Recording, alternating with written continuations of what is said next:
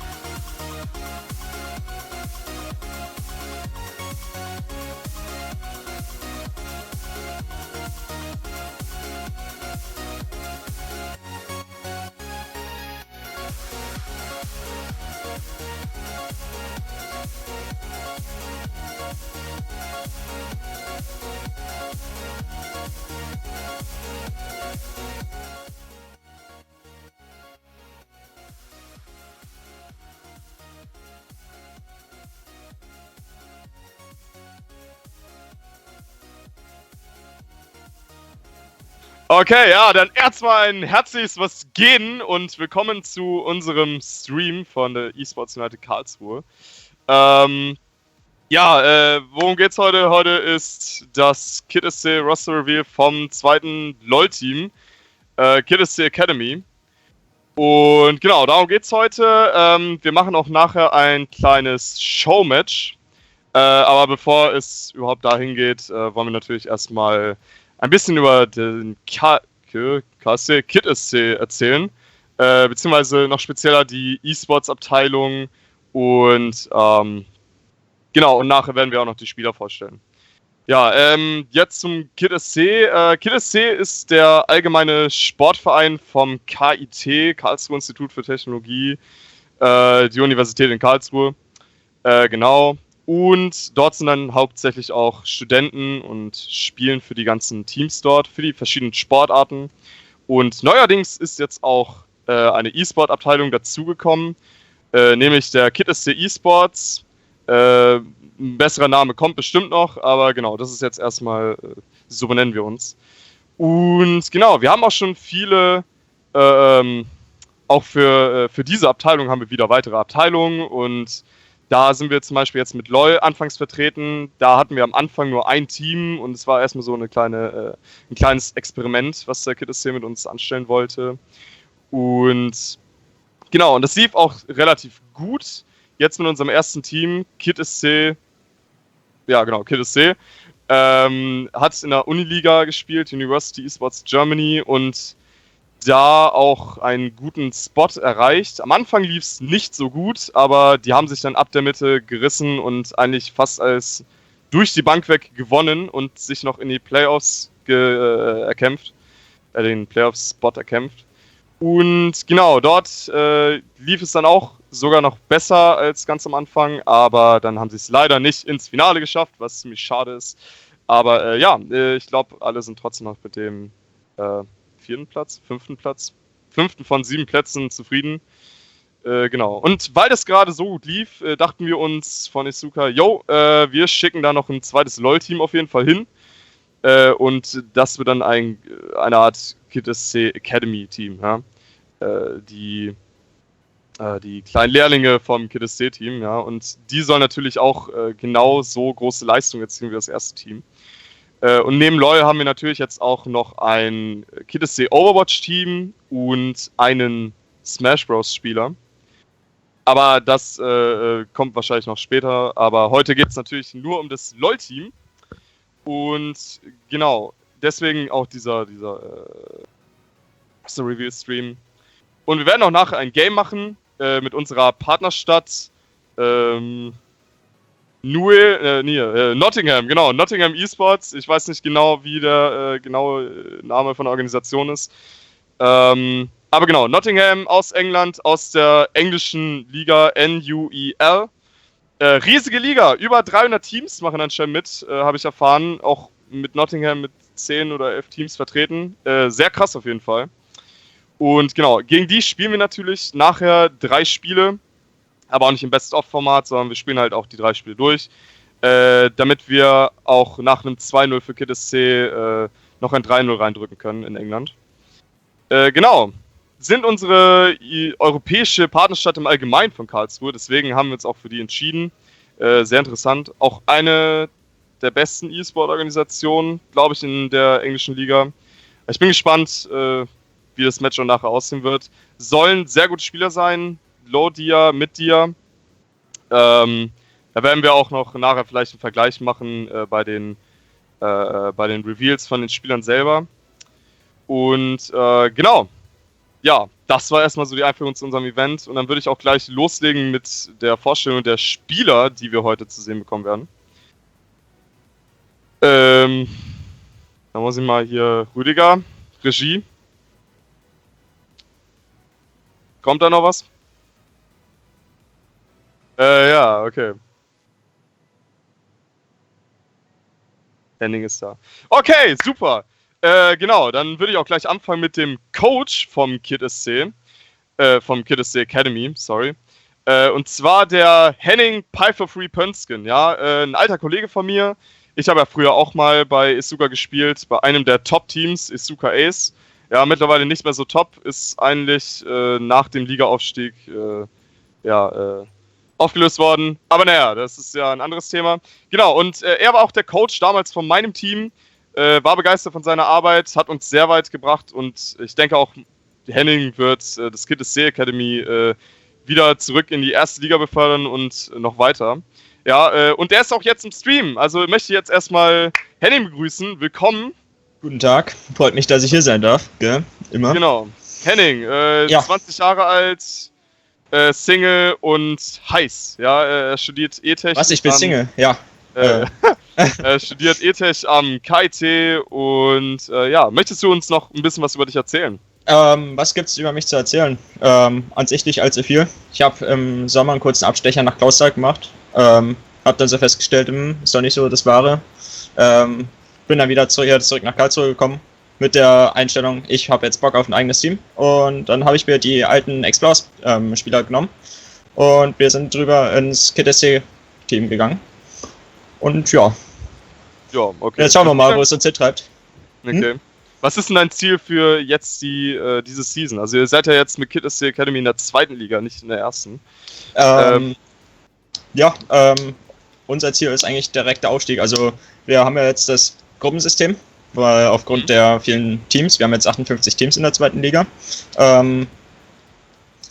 Wir schauen, und von diesen 58 Teams, die wurden halt in 4 Gruppen aufgeteilt und von diesen 4 Gruppen kommen dann die Top 4 weiter in die Playoffs und dann spielen die an 2 Spieltagen ein Single Elimination Playoff Bracket und dann spielt man halt eben um die Aufstiegsplätze. Mhm. Und ich glaube auch in der Gruppenphase habt ihr mindestens den 5. Platz angepeilt, oder? Ja, mindestens den 5. Platz, also eigentlich ist ohne hochzugreifen, Top 2 ist drin. Top 2 ist drin, das Top ist eine 2 ist Ansage. Ich hoffe, das hat auch Darmstadt gehört. Darmstadt ist nicht in unserer Gruppe. Darmstadt ist nicht in unserer Gruppe? Nein, ja, ist schade. Ja, aber die werden wir hoffentlich in den Playoffs sehen, wenn sie es noch irgendwie in die Top 6 schaffen von ihrer Gruppe. Ich bin gespannt. Bin ich nicht. Ja. Aber genau, das ist unser Coach, Henning. Der wird uns auch jetzt ein bisschen durch die weiteren Spielervorstellungen begleiten. Und er kann auch gleich beim nächsten mitmachen für den Top-Laner, um zu erzählen, wer macht denn da die Insel unsicher? Die Insel unsicher macht die Volksbanane, aka Rob. Der ist jetzt neu dazugekommen, ist der frische Ersti, ist er jungfräulich, 19 Jahre alt, beziehungsweise 19 Jahre jung. Man hat ihn bisher noch gar nicht gesehen, weil er jetzt eben frisch zu Isuka dazu kam. Man sieht ein sexy Bild im Stream. Ich habe auch nicht viel drüber zu erzählen. Er hat einfach mal angefragt, hey, kam mal auf ein Teamspeak bei uns und hat mal gefragt, kann er bei einem Team mitspielen, so rum.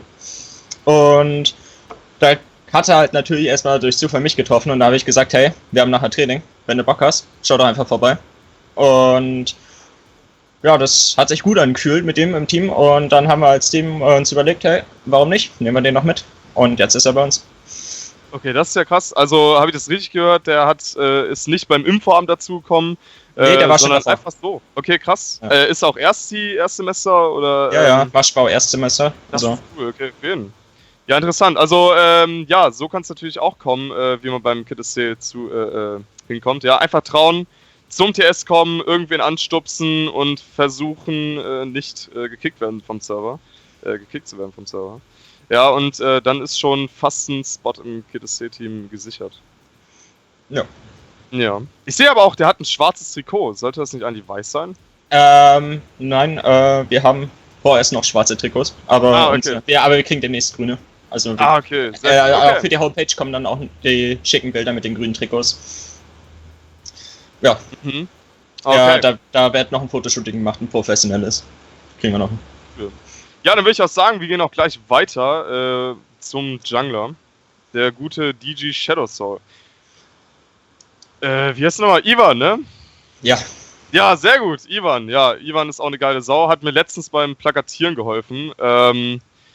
Guter Junge auf jeden Fall. Ich kannte den noch früher vom Explorers-Team. Der hat's ja jetzt... Der hat vorher auch, glaube ich, Toplane gespielt. Ist das richtig? Nee, der hat eigentlich immer Jungle gespielt. Okay, ziemlich gut. Da bin ich auf jeden Fall sehr gut informiert. Naja, Ivan, genau. Ivan, sehr sympathischer Typ. 20 Jahre alt, studiert Maschbau im 3. Semester. Das ist richtig, oder? Ja, ist richtig. Ja, auf jeden Fall. Okay, ja, Jungler, DJ Shadow Soul. Also jedes Mal, wenn ich ein Game von Explorers gesehen habe, war er eigentlich auch einer der bestperformendsten. Natürlich neben dem Support, aber zu dem kommen wir natürlich gleich. Ja, und ich bin auch gespannt später auf seine Performance jetzt in der nächsten Season mit neuem Team. Wie viele Spiele hat das Team eigentlich schon zusammen gespielt? Wie viele Spiele? Also wir hatten ich meine jetzt die neue Konstellation. Die neue Konstellation hat jetzt haben wir 5 Trainingseinheiten komplett hinter uns. Also die liefen auch richtig gut bisher. Also Scrims liefen bombastisch. Wir stehen, glaube ich, in Scrims momentan 12:2, 13:2 oder sowas in der Richtung. Ich weiß gerade nicht die genaue Zahl im Kopf. Also es läuft echt gut. Die Teamdynamik ist top-notch. Also ich kann mich an sich nicht beschweren. Bis jetzt sind auch alle kommen zusammen und alle sind sympathisch. Keiner beleidigt den anderen, weil er 0-6 auf der Toplane steht. Ja, also bisher funktioniert das richtig gut. Dann kann das ja nur gut gehen. Okay, ja, aber genau, genug gelabert. DJ Shadow Soul, der gute Ivan, mein russischer Kompagnon. Würde ich sagen, wir gehen auch gleich weiter zum Midlaner. Und zwar den guten Magier-Yo.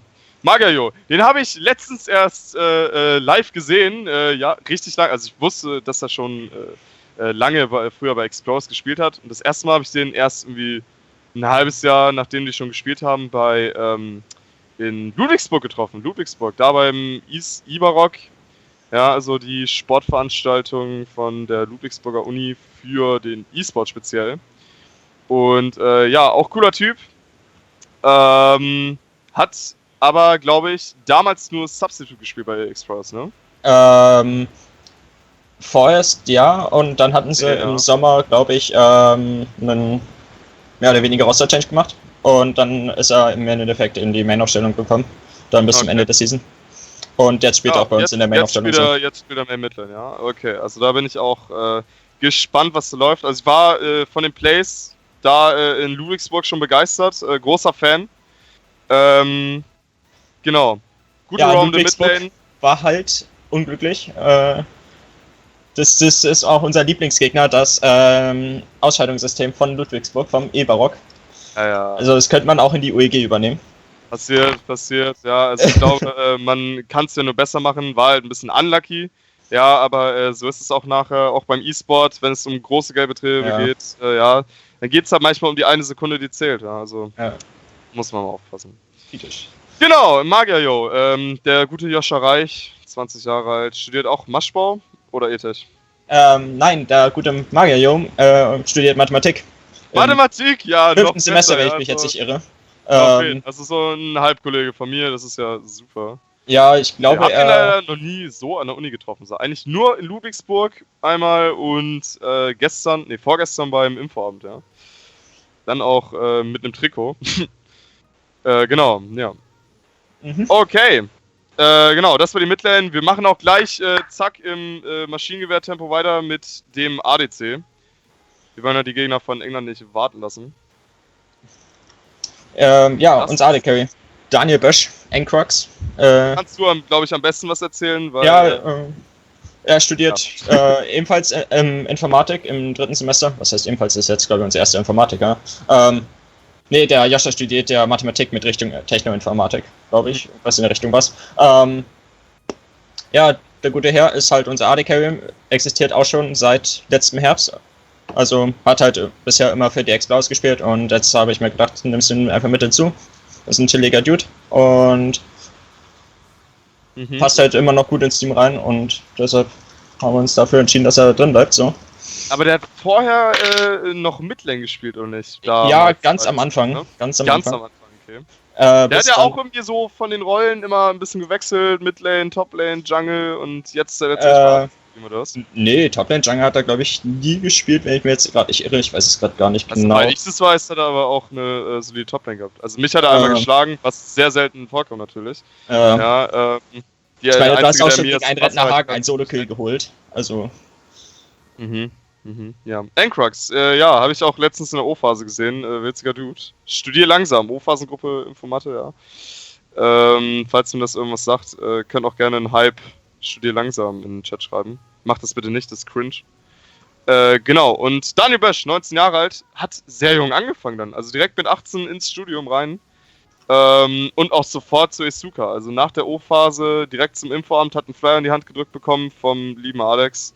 Und wollte eigentlich nur essen gehen, aber dann hat er sich doch dahin gezwungen und ist dann auch nach den Tryouts hat er sich sofort für Explorers qualifiziert. Ja, und jetzt Kid SC Academy, ja. Guter Dude. Nächste Season komme ich aus D5, ja, das wollen wir auch mal hoffen. Mein Traum wäre schon seit 2 Seasons. Mein Traum wäre mal wieder in D5 reinzukommen. Genau, ja. Botlane, Ancrux, Daniel Bösch. Gute, dann weiter, der Support. Und zwar der Typ, auf den ich mich am meisten gefreut habe, ja, der Music Cube, der gute Jonas, ja, Jonas Winkler. Und geile Sau auf jeden Fall, ist mega aktiv in Asuka, das finde ich mega geil.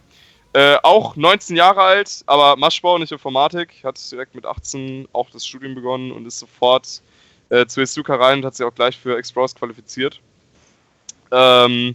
Ja, dem ist auch das Shotcalling halber in die Wiege gelegt. Das kann nur gut gehen, sorry. Genau, und Music Cube, sehr sympathischer Typ, auch super nett.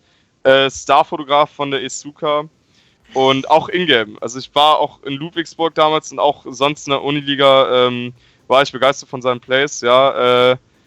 Lief halt ein bisschen unlucky die ganze Season über, aber das passiert halt, also wenn der Midlaner halt so oft wechselt, das ist geht dann auch ein bisschen auf die Tune-Dynamik, aber ich hoffe, dass wir dieses Semester besser jetzt mit neuem Team, frischer Wind und auch hoffentlich einem festbleibenden Roster, was sich länger kennen wird. Und, ja, das ist das Ziel, ja. Das Ziel, genau, und der Music Cube. Music Cube ist auch der Captain, wenn ich das richtig sehe, richtig? Ja, das ist mein Captain. An sich bin ich für das Team verantwortlich, aber wenn dann halt irgendwas wenn das Team irgendwelche Bedenken hat mir gegenüber oder ich den schnellen Ansprechpartner brauche, dann ist halt immer der Jonas zur Stelle. Und mit dem kann man eigentlich auch immer gut reden. Ja, auf jeden Fall. Ja, ich habe auch immer sehr gerne mit dem gespielt, ja. Hat jetzt einen krassen Start durch die Solo-Queue gebracht, ja. Also damals, als es noch angefangen hat, ja, Platin 2, glaube ich. Kann ich mich noch erinnern, als der sich da für die Tryouts noch beworben hat. Und hat einen phänomenalen Start gemacht, ja. War, glaube ich, kurzzeitig Dia 4, ich weiß es nicht, aber ist jetzt auf jeden Fall Dia 5. Das muss natürlich der Henning jetzt nochmal kurz nachprüfen. Genau, nee, aber ja, jetzt Dia 5 finde ich gut, der ist jetzt über mir, finde ich nicht gut. Genau, aber ich bin gespannt, also auf der Botlane kann es nur wild werden. Dia 3 war der sogar, sehe ich jetzt im Chat. Ja, Peak Dia 3. Gut, ja, dann kann ich ihm lange nicht das Wasser reichen, was meine Support-Skills angeht. Außer vielleicht mit Braum, aber das ist auch wieder eine andere Geschichte. Genau, ja. Music Cube, Jonas Winkler, 19, studiert Maschbau, ist vielleicht Single, offene Beziehung bestimmt. Ja, also Ladies, schaltet ein und schaut auf der Botlane zu. Ja, der Jonas, der macht euch wet. Okay, das war ziemlich peinlich. Ich würde dann auch sagen, ja, Substitutes, gehen wir einfach weiter. Substitutes. Ja. Was kann man dazu sagen? Da haben wir leider keine Player-Cards, oder? Nee, leider nicht, weil als im Termin, wo die Fotos gemacht wurden, leider nicht anwesend waren, kann man nichts machen. Die Substitutes sind Tossing a Salad und eigentlich hier ein Berry Z. Die wird man auf jeden Fall in der Uniliga spielen sehen, die werden auf jeden Fall Spielzeit kriegen. Eigentlich, ein Berry Z ist eigentlich auch unser Main-Top-Laner und aber der kann heute leider nicht bei uns sein. Also deshalb spielt auch die Volksbanane. Ich habe mich schon gewundert, weil ein Very Z, der gute Patrick, da war ich eigentlich schon, also das war bei Explorers auf jeden Fall mein Favorit damals. Hat gut die Toplane gecarried und auch die Insel freigehalten von Ungeziefer und Darmstadt. Also von Ungeziefer. Ja. Und genau, aber schade, dass er heute nicht da ist. Ich hätte mich gefreut. Toplane ist auch eigentlich das Einzige, was mich so interessiert. Genau, ja. Fiora. absoluter Cancer-Champ. Aber ja, es ist ziemlich cool. Bei Patrick momentan, der hat einen ziemlichen Elo-Sprung gemacht. Der ist jetzt innerhalb von einem Monat von D5 auf D2 hochgegangen. Mit Peak D1. Was? Ja, das ist ziemlich cool. Und ist halt jetzt momentan einer unserer Grundsäulen im Spiel. Um den spielen wir auch relativ häufig rum. Das ist auch recht angenehm. Im Endeffekt ähnlich wie bei Klausthal, nur besser. Ich bin echt gespannt auf die kommende Saison. Wir haben ein super schönes Roster. Jeder versteht sich. Aber wer ist jetzt letztendlich der Main-Top-Laner? Also, ein Very Sad ist an sich der Main-Top-Laner. Okay, und also der spielt dann auch nachher in der Season dann hauptsächlich Top-Lane? Ja, so wird es ungefähr ablaufen. Okay, und die Volksbanane ist eigentlich der Substitute? Ja. Okay, krass. Ja, dann braucht man ja gar nichts zu befürchten. Also, in dem Team, das ist unglaublich. Niemand kann das sagen. Die Teamdynamik stimmt. Also, wenn ich dir da glauben kann, dass sie da auch gut zusammenpassen, dann ist mindestens der zweite Platz in der Gruppenphase gesichert. Der Aufstieg sowieso. Aber da müsst ihr natürlich noch an den anderen Karlsruher Teams vorbei. Ja, ist nur ein Karlsruher Team bei uns in der Gruppe. Und zwar die Allstars. Ach nein, wir sind in eurem Team. Das ist unglaublich. Okay, krass, ja. Ich spiele nämlich bei Isuka Allstars mit. Und da jetzt allerdings nur als Substitute, weil die Uni stresst jetzt doch ein bisschen zu sehr. Aber wir haben natürlich einen doppelt so krassen Ersatz gefunden für die Toplane, für mich. Ja, auch Patrick, ich weiß nicht mehr, wie der Ingame heißt, das ist ziemlich peinlich gerade. Aber ja, auf jeden Fall hat er sehr viel drauf und ich habe auch gehört, dass es jetzt sehr gut auch in dem Team passt. Jetzt, wo die nicht mehr einen Malphite Only auf der Toplane haben. Genau. Aber ja, das ist jetzt ein anderes Team, darum geht es heute nicht, sondern es geht heute um Kid is the Academy. Genau, früher Explorers, jetzt Kid is the Academy. Aber es ist auch eigentlich viel verändert worden, ja. Also Toplane wurde ausgetauscht, Midlane, ja, so halber, also jetzt mal eine feste Midlane. Ja, und Toplane wurde ja gar nicht ausgetauscht. Eigentlich wurde ja gar nichts ausgetauscht, das ist das ursprüngliche Explorers-Team, wenn ich es richtig sehe. Ja, wir haben an den Substitutes ein bisschen rumgeschraubt, weil wir geschlossen als Team der Meinung waren, wir würden gerne mit neuen Substitutes in die neue Saison starten und dementsprechend sind wir jetzt so aufgestellt, wie wir sind. Bin jetzt mal gespannt, weil am Wochenende finden noch Trials bei Isuka statt. Wer Interesse hat und vielleicht aus Karlsruhe kommt, kann da ja schließlich auch mitmachen. Und dann schauen wir mal nach 1, 2 weiteren Leuten, weil wir haben bisher nur ein 7-Mann-Roster und wir können auf 9 aufstocken. Ja. Genau. Ja, Worlds, hast du schon gerade angesprochen. Da mache ich noch ein bisschen Eigenwerbung für die Isuka. Und zwar findet nächste Woche Samstag zum Finalspiel der Worlds natürlich auch ein Public Viewing organisiert von uns statt im Kino Die Kurve. Genau, wer natürlich noch kein Ticket hat, der sollte sich auf jeden Fall noch eins reservieren, weil die Tickets gehen weg wie warme Semmel an einem Samstagmorgen bei der Bäckerei Meier. Für die machen wir aber keine Werbung. Und genau, ihr solltet auf jeden Fall schnell reservieren, die gehen weg, weil auch letztes Jahr war es komplett ausverkauft und wir mussten schon ein paar Leute zurückschicken. Also am besten so früh wie möglich sich ein Ticket holen, ja, das wird geil. Genau, Worlds. Fängt um 8:30 Uhr an, 7:30 Uhr morgens ist Einlass. Ist ziemlich früh, ich weiß, aber es ist auf jeden Fall für Energy Drinks gesorgt und für ein bisschen Kaffee. Also macht euch da keine Sorgen, wir halten euch wach. Ansonsten macht die Nacht durch. Das habe ich jetzt auch von ein paar gehört. Das ist eine Idee. Genau. Ja, es gibt auf jeden Fall noch Karten, also holt euch noch was, wenn ihr könnt. Und ja, wir sehen uns hoffentlich dort. Yep. Genau, so. Dann sehe ich auch, es ist kurz vor 12:30. Das heißt, wir können auch gleich mit dem Match beginnen. Ich muss mal jetzt kommunizieren, ob die Caster ready sind, ob ich an die übergeben kann. Ja, kann ich. Okay, sehr gut. Dann bedanke ich mich an dieser Stelle. Ich bin nämlich jetzt raus und übergebe an Henrik Handygamer und an einen Caster, was mit Cheese. Muss kurz überlegen. Regie, wie ist der Caster von England? Nottingham? Henrik, help!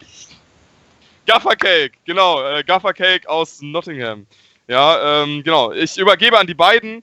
Die werden euch jetzt durch die 3 Spiele begleiten und natürlich auf Englisch, nicht auf Deutsch. Und ich hoffe, die machen euch das Spiel zu einem Erlebnis und den Roster Reveal zum Allgemeinen. Und ich bin gespannt. Ich werde es mir auf jeden Fall anschauen. Leider nicht selber mitmoderieren, weil ich frühzeitig gehen muss. Aber genau, ich wünsche euch auf jeden Fall noch viel Spaß und bis gleich.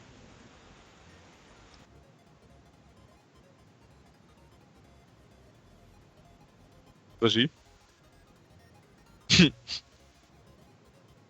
Okay, welcome, ladies and gentlemen. I hope Gaffer Cake will join me soonish. I'm right here, baby. Nicht Okay. beginnen oder was geht jetzt? Well, then, great to have you here. I hope our stream will be switching over to us soon. And we just need to wait for our cameraman or for the guy doing the stream to actually join our lobby so we can get footage of the actual game. I mean, that isn't that important. We can just listen to us cast the entire game. They'll know what's going on. They're smart people. They play League of Legends. Yeah. Anyways, glad to have you here. Glad we can finally Great to be here. Get to talk about the game, about the 2 teams. I'm not sure what you guys were talking about in your pregame, but we were just going over our team. So, yeah, maybe we can talk about the 2 teams in general so that the other viewers get an idea of what's going down, who those players are. Yeah, no, we were literally just going over, like, the names of the players and saying, right, this is who the 2 teams are. This is who you're going to get to see today. And actually, we don't think we have that much time to talk about players and who they play and etc, etc. Because, Handy, we have a full lobby. Okay, well, I guess you're right. I think we are going to go into the game pretty soon. So we'll actually get to talk about the 2 teams matching up against each other. And we'll just wait and see if anyone's actually going to start the game soon. I mean, we don't need game, I've told you. Just, we can act as if there's a game going on. The viewers will believe us. It'll all be good. Yeah, well, I'm actually curious to see the 2 teams, if they were actually scouting each other and coming up with some target bans, because I've been looking at the 2 teams actually and looking at some of the champions they're playing, and there are some pocket picks in there, and I'm curious to see if we're actually going to get to see them, because I personally love pocket picks, because they are outside the meta, they are something fresh, something different, and yeah, I'd be glad to be able to talk about them, how they match up, how they are going to interact, how the two teams will play it out. But we have to wait until someone's actually figuring out that they might want to start the lobby. True.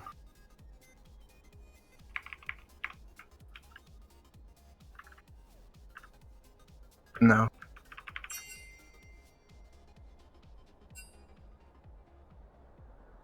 Okay. And we are into Champion Select. Quick, Handy, who do you think the first band's going to be?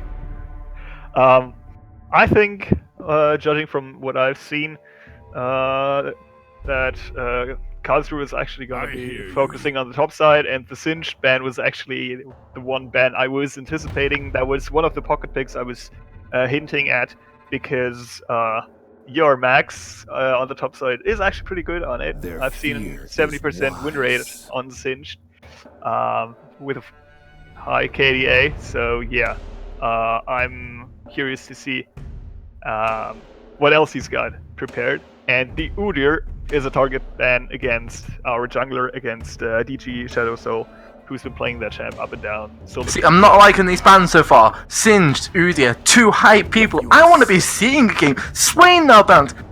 Do they not want this game to be fun? I think they do, but I think they kind of prefer playing against champions they're used to playing against. That's also why we see that Anivia ban. Anivia, by the way, is kind of one of the Karlsruhe old school specials. We've had many mid laners perform really well on that champion. So it's kind of not just a ban against Magier Joe, but also against any potential mid laners that would be playing in the German second league right now. And finally, a ban that I can really start to talk about here, Jarvan IV. Very dominant in this meta, very nice early jungler, and there's the Galio ban. Hotfix came through, still very, very strong, believe it or not. Having 3% per 100 AP across the entire spell instead of just on every half a tick is still quite a strong number, considering that's 3% per 100 AP, when Brand's max percent health damage is 1.5% max HP every 100 AP. So, just a very strong champion at the mid lane at the moment. Interesting, we don't see a Kalista ban. We've seen Kalista banned in Worlds very frequently due to the high, just how much damage you can put out, and also the ultimate Fate's Call being a huge utility spell. So, actually, Thresh locked in. And, yeah, talk about it. Yeah, I think we won't be seeing Kalista the entire set, because neither of the two AD carries is actually playing her. Tristana is a very high priority pick for Ancrox. It's his most played AD carry, so that's why they're going for it. It's a meta pick. It has a very strong pushing potential, and that's why they are first picking it. On the opposite side, I mean, with Thresh and Gragas, we also see two very meta picks, I think. And well, Thresh might be coming back into meta since the Ardent nerf. Yeah, I mean, we've seen it played in Worlds already. I think Misfits were performing pretty decently with it. You have a lot of playmaking potential on that support there. One thing the Misfits were doing when they were running this Thresh, though, is they would find shields and heals from another place for this Ardent Center. So with the Ardent Center left, it's going to be interesting to see if they do try for maybe a Karma mid lane, or something of that sort, to just find that Ardent Center. Or if Ardent Center isn't a necessity now since FNAF. I think they'll just drop it. I mean, Misfits weren't playing Ardent Sensor in, I think, 2 or 3 games during Worlds, and they were doing pretty fine with it. And now with Ardent Sensor being gutted, not just nerfed, I think we won't be seeing it, but instead see more utility, more tanky supports, as we can see with the Braum here being locked in for Music Cube on the support. I think it's back to full tank meta again. Actually, Nottingham have done something very clever here. They've last picked in the first set their mid laner, so now they can ban out 2 counters to Orianna. That's what they've done in the Syndra. I foresee another mid lane ban coming out there. But I actually see KIT, they're probably going to be banning 2 AD carries here just to get the very strong AD carries such as Twitch. But then again, they could also just ban out top laners and say, we don't want you playing this top laner, because all the only things left are ADCs and top laners. But Shen, man. Yeah, I mean, it kind of comes down to what kind of team comp you're trying to set up and trying to prevent the other team from being able to play. And with Shen, you have a strong side lane threat with the possibility of both going for either split push or going for a protect the hyper carry comp. And I mean, we've seen a pretty good setup for a hyper carry right now. Thresh can aid both the AD carry or set up picks. And Gragas is actually pretty strong in resetting the fight. But yeah, as you said, there are still other AD carry bans available. Zaya has been removed, and now we see the Sivir locked in. Sivir's very good at dodging spells, of course, with the spell shield. We'll be looking to dodge away from either the Braum passive or potentially the Braum ultimate, but also could be dodging away from the Sedge ultimate. There's a lot of CC already on the side of KIT, and the Azir, that's a bold pick. Yeah, Azir was pretty strong in the last patch, has received some nerfs in this one. I think just slight damage adjustments on his soldiers. So it also creates a lot of terrain and a lot of areas of control for KIT here. You have the Braum with his ultimate, you have Sejuani with her ultimate, and now you have also the Azir wall. So you have a lot of room for Tristana to move around and select her targets. So I think the team fights are going to be pretty interesting. But with both Renekton and potentially Trundle being locked in, we also have to look at the side lanes where these two split pushers will probably bash their heads more than just once during this game. And it actually might be a slight mistake though. Ooh, never mind.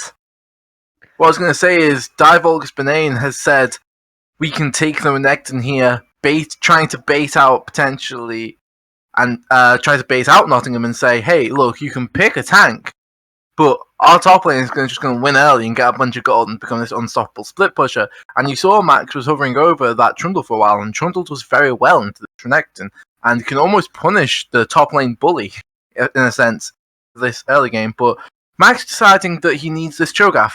I'm not sure if I agree with the pick, but we'll have to see how the game works out. I would have preferred Trundle there to maybe counteract the Sejuani and how tanky she's going to be getting later in the game. Yeah, I think what Cho'Gath has to offer is a lot of frontline, a lot of staying power there. He's actually, together with Gragas, pretty decent against Tristana because she will be building Infinity Edge, and I personally think the IE build is pretty weak against tanks that just stack armor. Just stack health. And with Cho'Gath, you have a late game insurance, more or less. And before locking in the Cho'Gath, I think in Nottingham were kind of drafting towards the mid-game team composition, where you fall off late, except for maybe Sivir with her ricochets trying to hit the entirety of the KIT team. And I think with adding the Cho'Gath, you have a lot of execution threat on single targets, such as the Azir and the Tristana. And they are sacrificing some lane potential there, but it will come down to whether the junglers are actually going to apply pressure on the top side or not. And I can actually see these two head up there.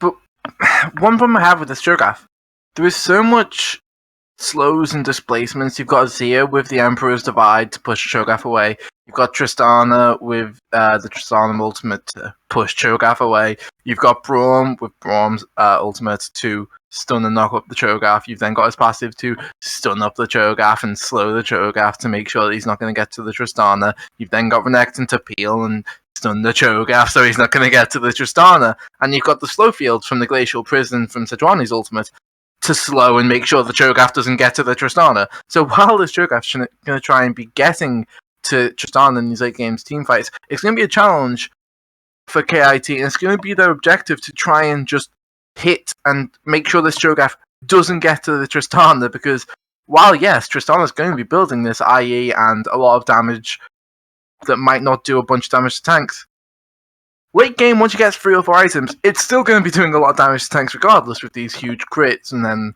the extra resets on the rocket jumps, etc., etc. Tristana's always going to be a late game hyper carry because of the attack speed buff that she gets from her Q. So while Cho'Gath, yes, going to get very, very tanky, going to be getting that Gargoyle Stone Plate, going to be getting that extra health from his ultimate on his feast stacks, Tristana will still destroy a Cho'Gath late game. Yeah, but you got to keep in mind, you also have a lot of speed buffs on the UN side of things. You have on the hunt from Sivir, you have Orianna with her speed buff, and you can also always maybe get some hook with Thresh or some explosive cask with Gragas, or maybe even some nice shockwave, and have Cho'Gath follow up upon that. I mean, it will mostly be the question: does he have his flash up or not? Can the other carry react fast enough or not? But I'm open for anything. I'll be curious to see how these two teams are going to match up.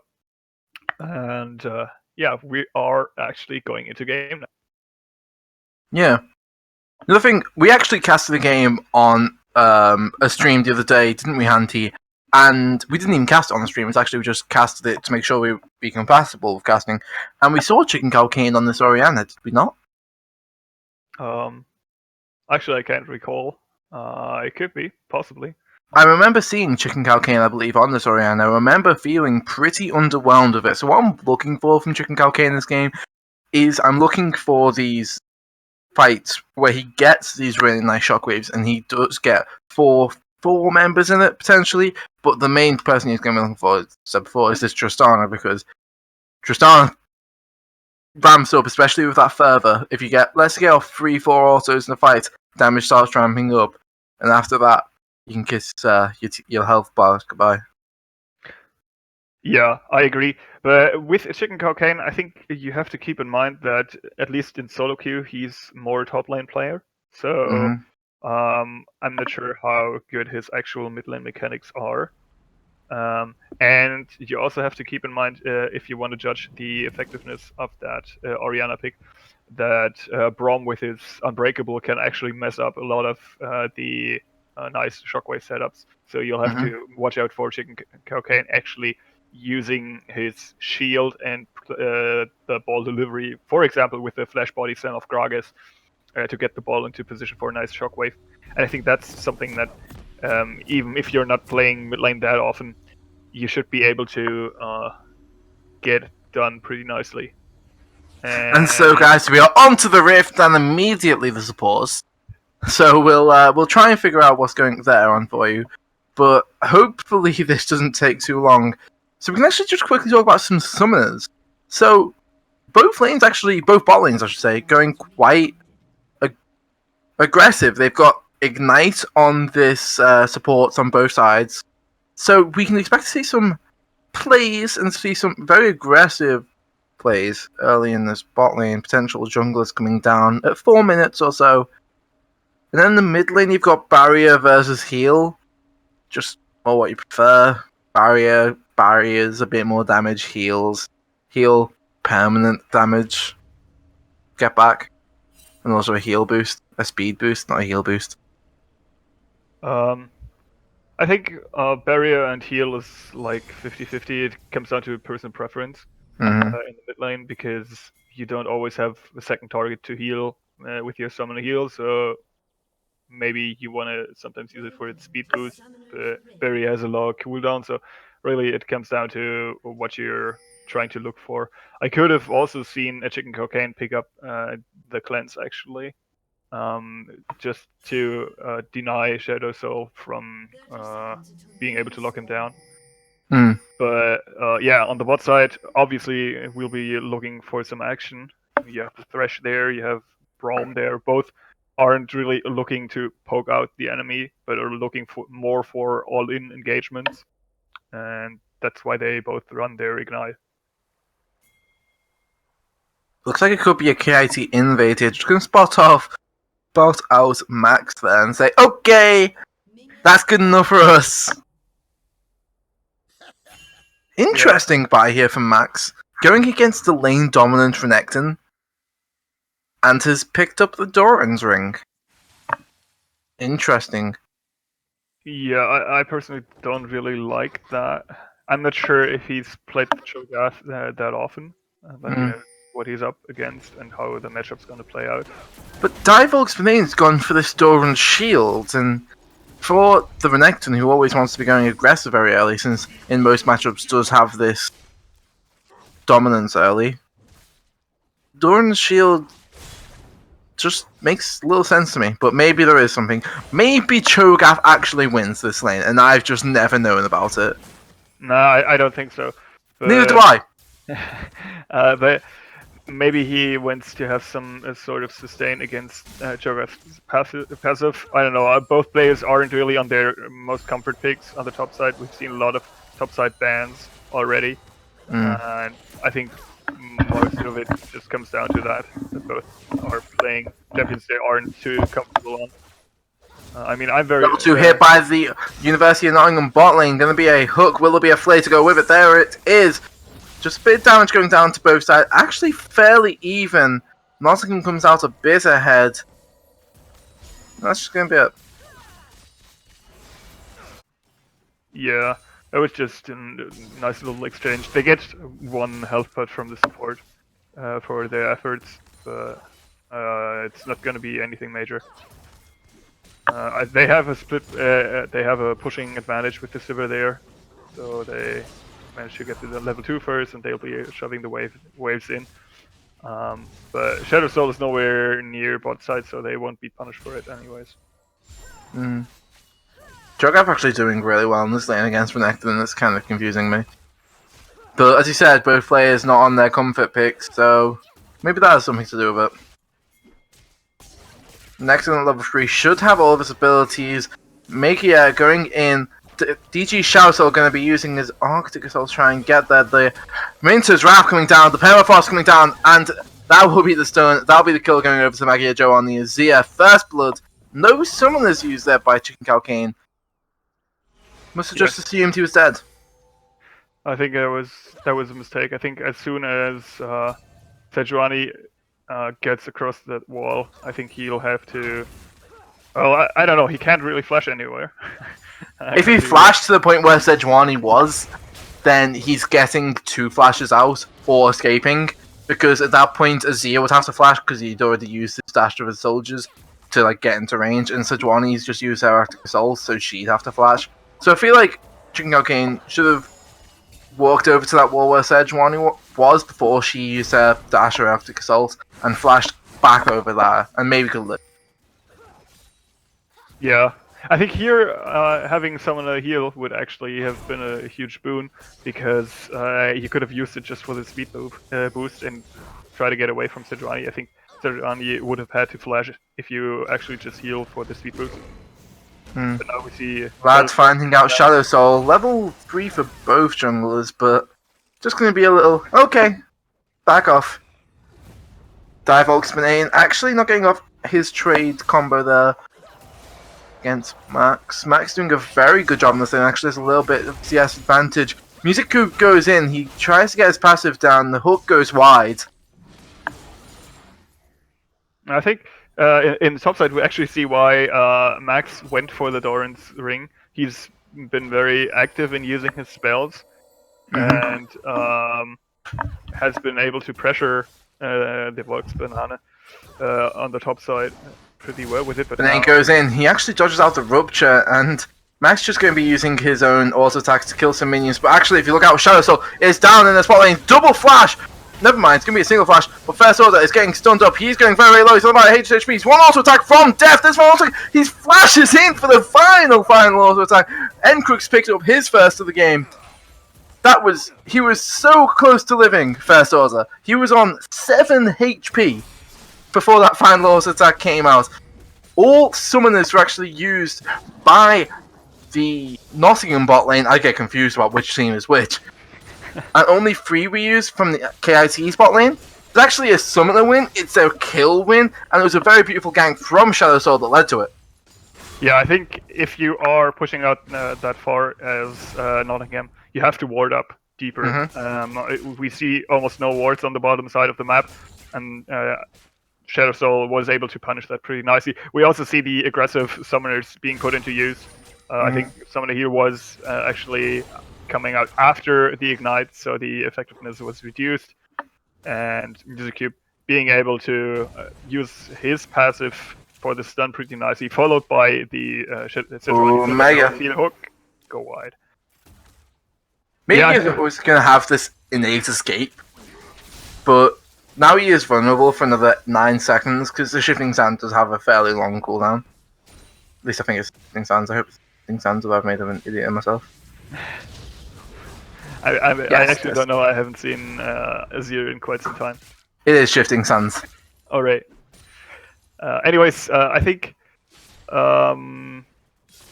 we have to actually talk about Sejuani or not. No, because it's midi fight in the top lane. Bane actually going very, very low, but Max just going back away. He does have that ultimate available though. So does Vulcan. It's actually a level advantage here now.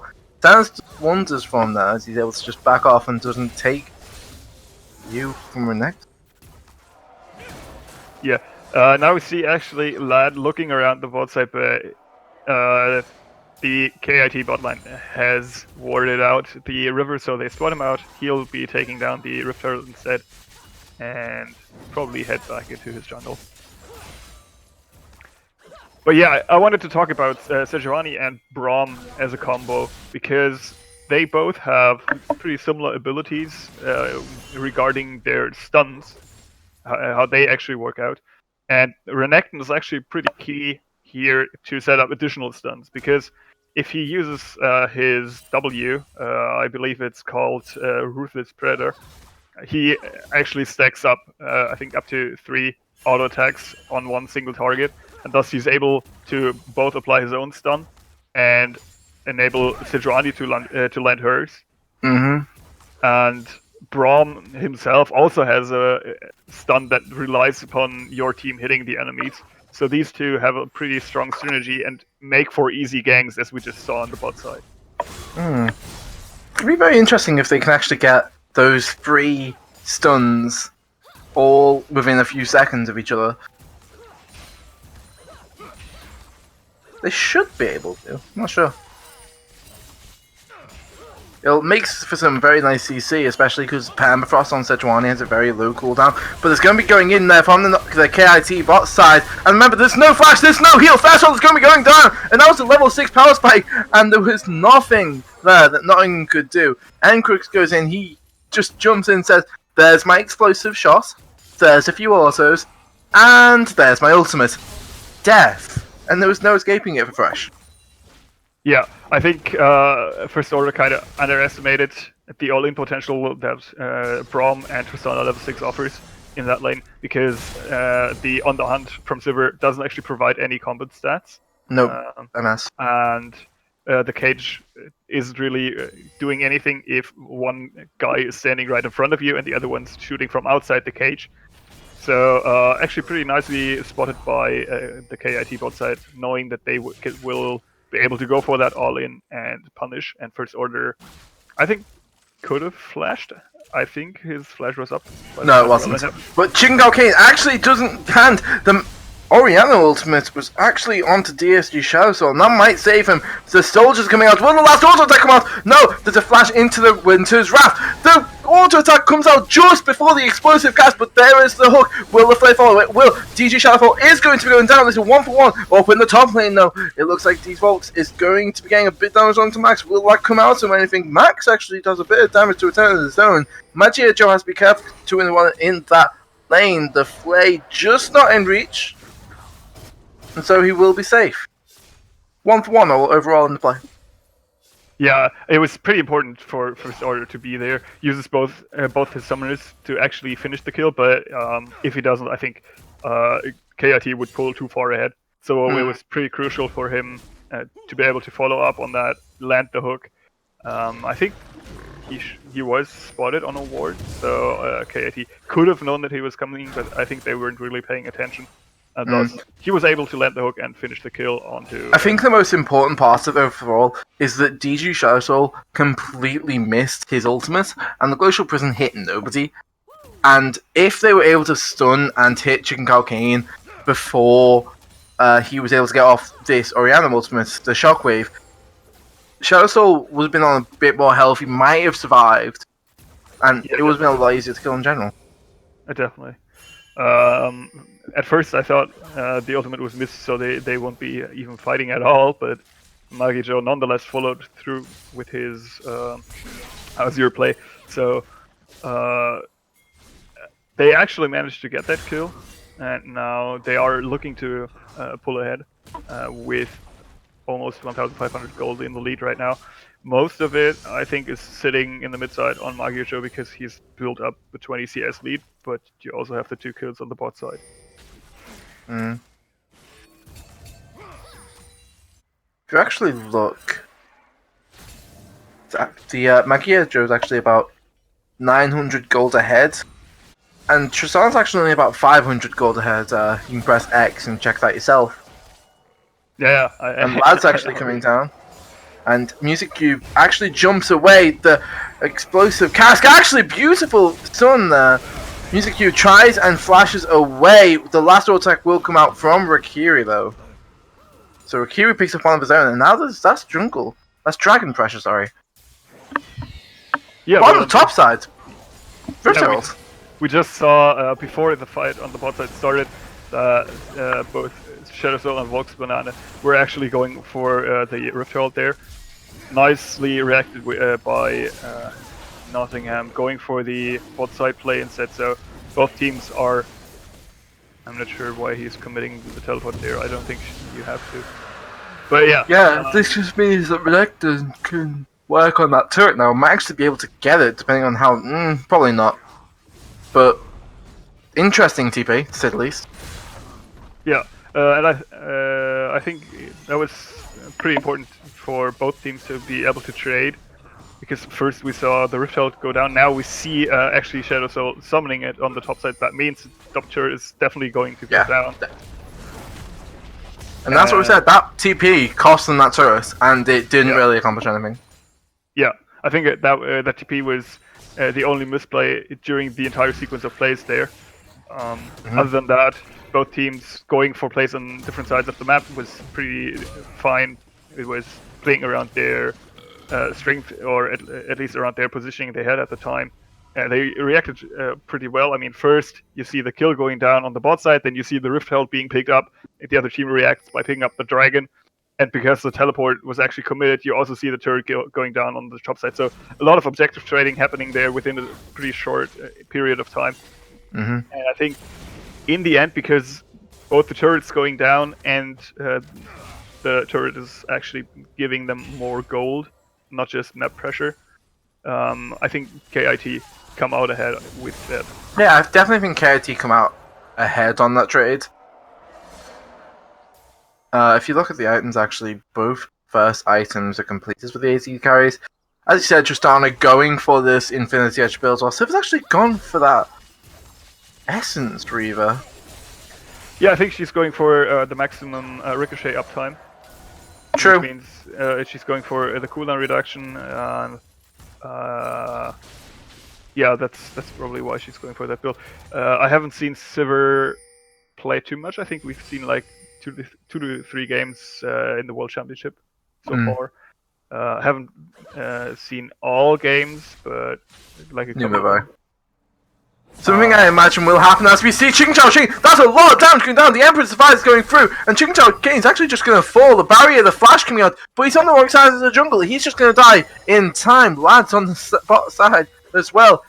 I think Qingqiao Qing is going for this execute. The fresh hook will completely miss. The glacial fissure gets Lad, but he's actually meaning Rikiri now. Enquix just flashed into a bunch of people. He didn't flash, he rocket jumped. Rikiri, Qingqiao Qing, as we said, he's going to be going down. It's a matter of time.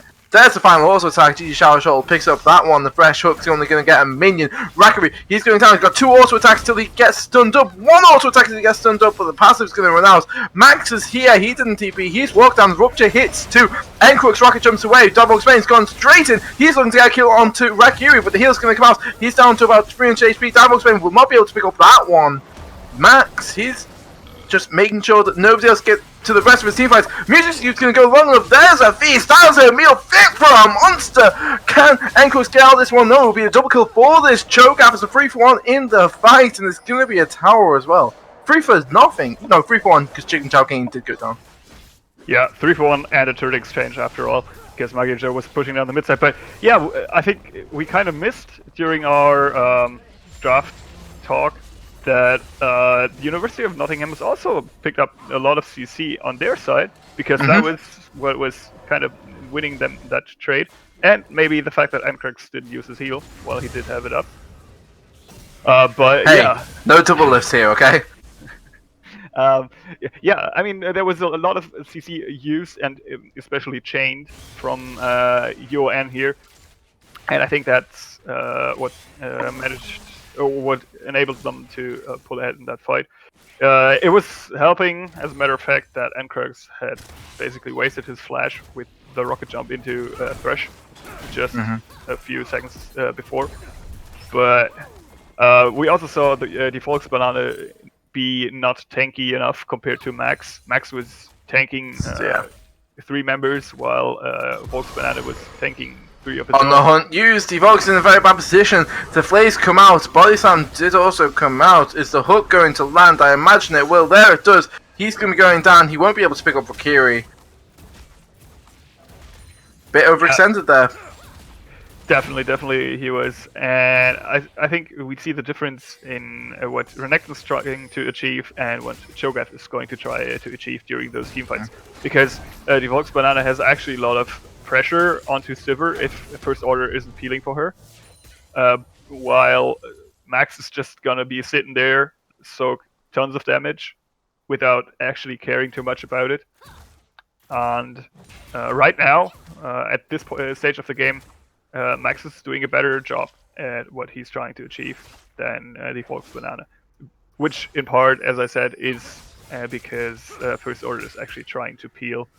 And if Devox Banana had, for example, Shadow Soul dive the backline with him, I think it would be more of an even matchup or even comparison between those two. Looks like Nottingham are going to be going for a plate. Nope, thought they were going to try and take the town, but they see 2 members of KIT and they say, no, we're okay. We'll give you that. Yeah, I think the Dragon coming up in 8 seconds will be the next point of contention. We see both teams It's a Mountain Drake. Grouping there. It's a Mountain Drake. It will be pretty important in taking down objectives later on. And I mean, we are heading closer to the 20-minute mark. 5v5. It's going to be an explosive team fight. Yeah. Ooh, the showers. The soldiers land the first hit. There's now 3 of them. Soldier's going to be doing a lot of damage. Shadow Soul gets hooked. That is the Body Slam. There's some beautiful options to do. 3-man Shockwave. Excellent is down. Enquix has to lead the fight. That's the Juwani going to be going down. Deepbox is trying to get him to Rikiri. Rikiri is just also attacking this Deepbox vein. That's going to be the second one. There was a beautiful Q trying to get some back to some health. That'll be a very 2 quick kills picked up by Nottingham. Yeah, that was a massive shockwave coming out of Chicken Cocaine. At the beginning of the game, we kind of doubted his ability to level. Oh, it's here. First Soul's going to go down. Oh, and The Dragon actually resets. Yeah, that's pretty massive. Before the Dragon resets, I think it was fine, but now... Picked up for Nottingham. And we'll be aiming more. Airborne. Maggie Joe goes airborne. That's solo! Max picks it up with a photo screen, says, "You shall not live!" Wow. Magio Joe actually dies with his summon heal up. I think he could have definitely used that one. But in the end, I think Nottingham, pretty convincing play by them. It was a massive shockwave from Chicken Cocaine that actually started the fight. Well played by First Order to go for that hook, land it, and thus enable instant follow-up for that follow-up. We kind of doubted his abilities at the start of the game. He kind of proved us wrong there. Yeah. And very nice shockwave. And especially he landed it on the backline. That's why Encrux and Maggia Joe did really take part in that fight, and that's why Shadow Soul and Vox Banana were more or less left alone and hung out to dry. And dry they did. Dry they... Yeah. Yeah. We should mention... Go on.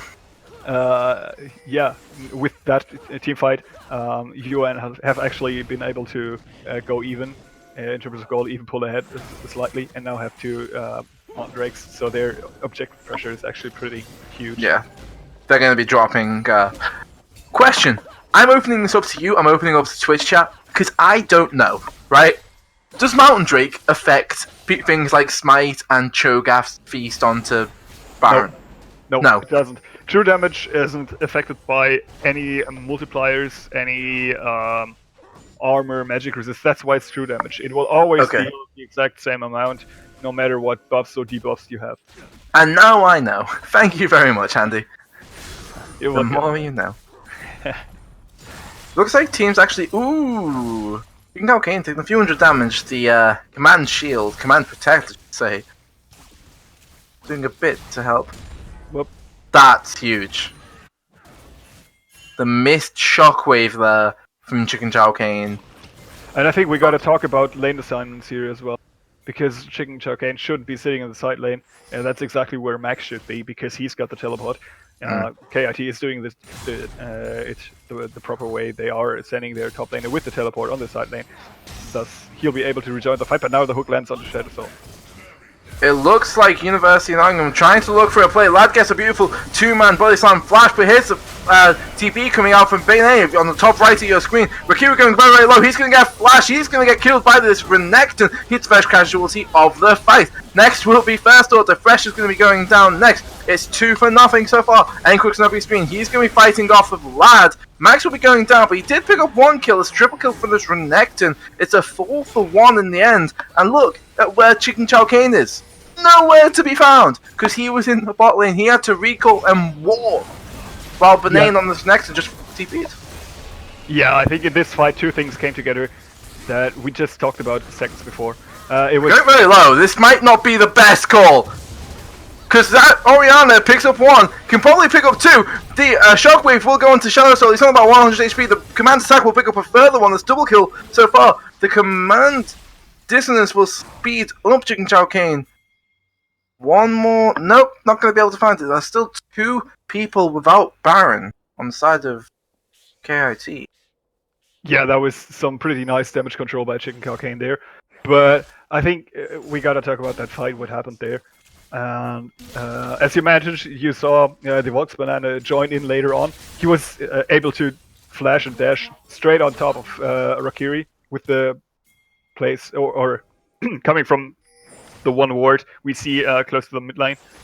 And that was actually the part that kind of decided the fight. Rakiri now taking down the top lane turret, but it's not that important anymore because we're at 24-25 minutes into the game.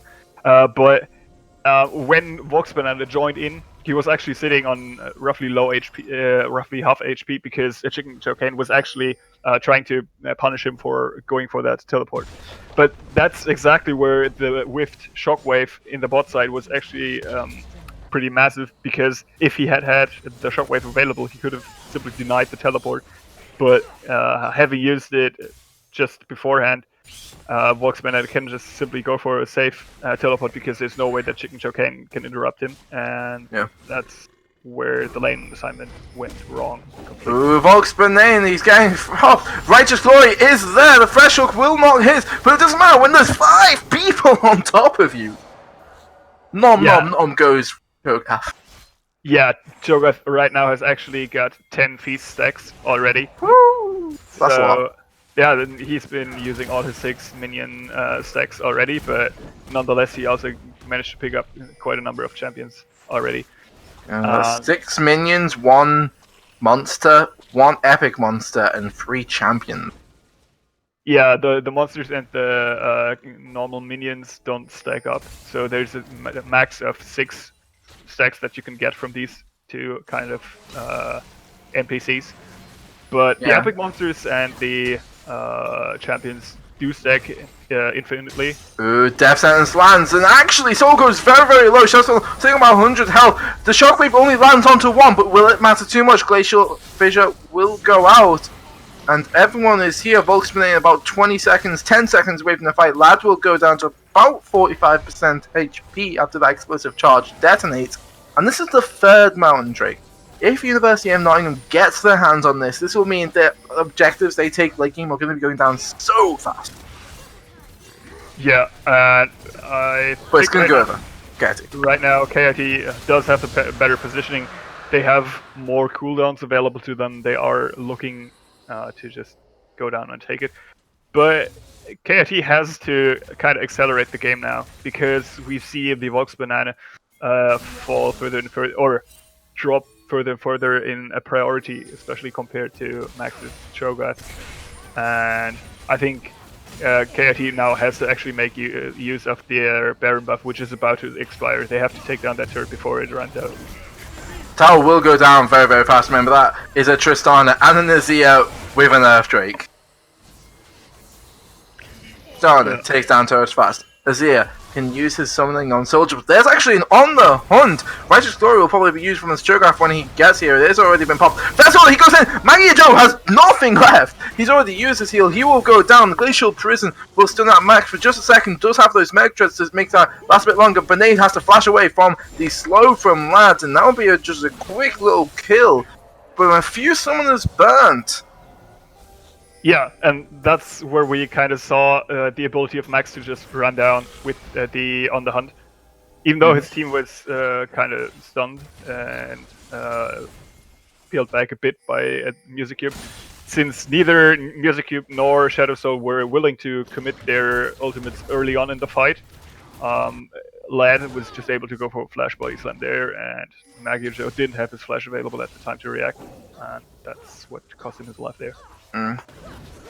Actually, a Phantom Dancer coming out from Sivir, and I didn't think it would be a Phantom Dancer. I honestly thought it would probably be a Static Shiv, because Sivir likes to prioritize AoE team fights damage, and Static Shiv really helps with that. But when you're a lot of these fights have been Sivir versus Renekton in the backline with some peel, so getting less damage from that Cho'Gath using the Phantom Dance passive does make sense. Yeah. Right now we see actually University of Nottingham trying to set up Baron priority. They have 2 minutes left until the Baron spawns, so I think KIT is more than willing to give up vision control for the time being, because they know they can simply try to go ahead now and try to retake it. But the Vox Banana will have to move up at the same time, so that they can always apply some pressure there and be sure that they can always respond to either Nottingham trying to force them out or the Vox Banana actually being matched by Max. But keep in mind, Vox Banana does have his teleport up while Max doesn't, because Max went for that TP play there with on the hunt on the bot side. So Ooh, Rupture will cast Shadow Soul. Rupture did connect on Shadow Soul, but he is just able to walk it off because Nottingham is not in a position to follow up on that, and Drakiri was actually on the bot side. He now is about to rejoin his team, and I think the next fight will definitely be around that Baron that we see spawn in just shy of 40 seconds. Yeah, we can already see Death Sentence will actually land. It goes onto the Braum support. Rupture will go down. He's not taking that much help, but he's now having to flash away from the entire team of Nottingham. Glacier Fisher will go out. Glacier Prison actually goes on. Beautiful Death Sentence will get the Braum. Make sure that he goes down. I believe that was Cho'Gath numbing on him again. Yeah, he is now on a killing spree, and his team is definitely looking to take out that Baron here. I don't think that KIT is in any position to contest here. Neither do I. At least they are able to apply some pressure with the Vox Banana, because as long as they can keep Nottingham busy here, he will be able to pressure. Yeah. I actually think Renekton could keep going for that turret. It's a bit of a misplay that he isn't actually going for it. Now that's a huge crit going down to Akiri. It goes down to about 60% HP. Are they going to try and steal it? They will try, but they're not going to get anything. Max goes down to about 3,000 HP. That's still a lot of HP. It's going down to about 1,200 now due to the Gilgal Stone Plate running out. And Crooks has to be careful, because that was a Shockwave, a Bull Orianna. It's a weird way to say Orianna has ult, but Orianna has ult. And this is Divox. If he hadn't have ran away earlier, he would be much more safe now.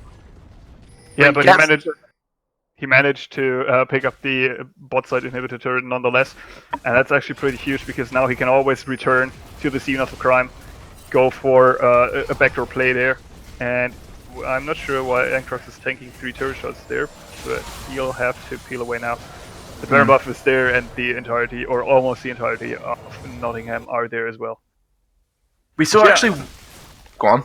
No, go ahead.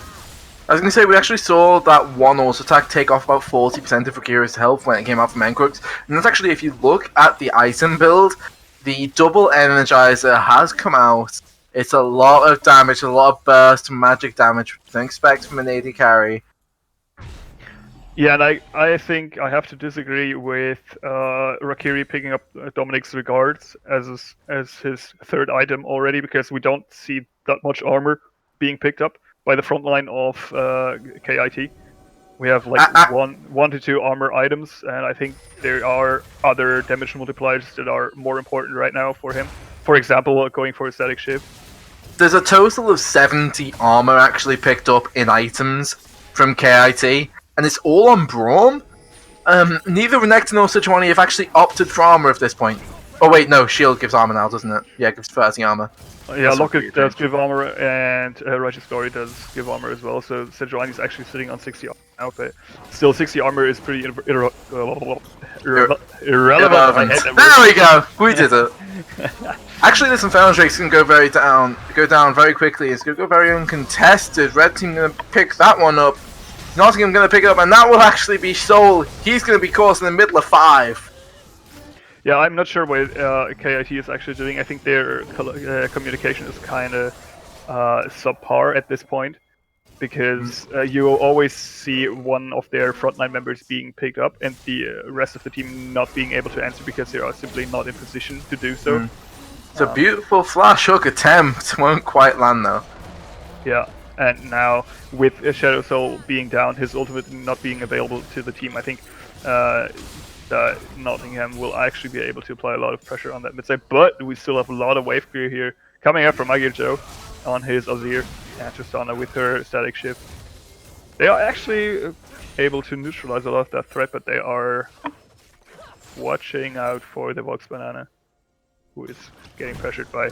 Oh, lads, he's going to be caught out, but it will actually be Encrox caught out. He's going to be trying to get some auto attacks in. He looked like he was going to get a numb for a second. Lads on about 400 HP.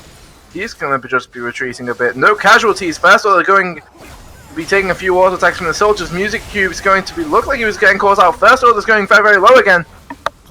Both team actually no, it's just more University of Nottingham running with their tails between their legs.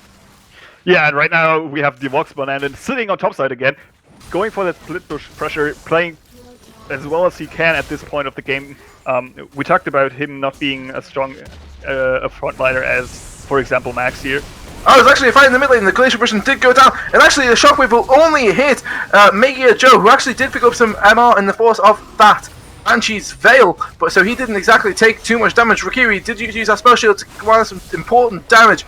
In that top side, I can't quite see because my directed camera's gone, but Difox is going to be taking silence. He's going to get eruption. Max Duque is going to be gnawing on the crocodile. Maggie Joe gets saved by Music Cube. Will he be able to save him after? Oh, Maggie Joe gets the shield. Gets out of there. Music Cube, save of the century. Yeah, Music Cube's coming up huge here with his Braum. He is very comfortable on that champion. We kind of saw Max right now. has TP'd in. He's looking for some people. Doesn't get any people. Yeah, Akrux just able to use the exploding plant. I don't know the proper term, but uses it to just blast it away, blast Max away, and disengage. Blasting and now, cone. yeah, the blasting cone. That's right. And now both teams sitting on exposed inhibitors. KIT missing their mid lane inhibitor turret, but on the side lanes, both inhibitors of Nottingham have been taken down. So the Vox Banana, with his teleport still up, will definitely be looking for another split push attempt. And we saw Max just barely being able to handle him without First Order dying right next to the Cho'Gath. So guys, I feel like I should make a public apology. During Champions Left, I said I didn't agree with the Cho'Gath pick. I definitely agree with the Cho'Gath pick now. It's 9, 1, and 3. It's doing so much work for Nottingham in these fights. It's ridiculous. And just to keep you guys updated, he's sitting at 13 Feast 6 right now, gaining 2080 bonus health. And the only thing I'm kind of missing from him that I would have loved to see differently in his itemization would be the Warmox instead of the Frozen Heart. Nah, I'm not sure, but we don't have time to talk about that because Difox is trying to escape. He's on the Great Escape. Why are you trying to look like you were going back into the fight? Rikiri's picking up the kill credit. Yeah, I can go on about the Warmox armor in a bit, but Vox Banana actually could have just recalled in that brush because Rikiri apparently didn't notice he was there because he was using the blast cone to get to lane faster, and I think he kind of just skipped over the entire brush. And with Vox Banana walking out of the brush half-heartedly, I think Rikiri was able to react fast enough, but now they'll be taking down that inhibitor.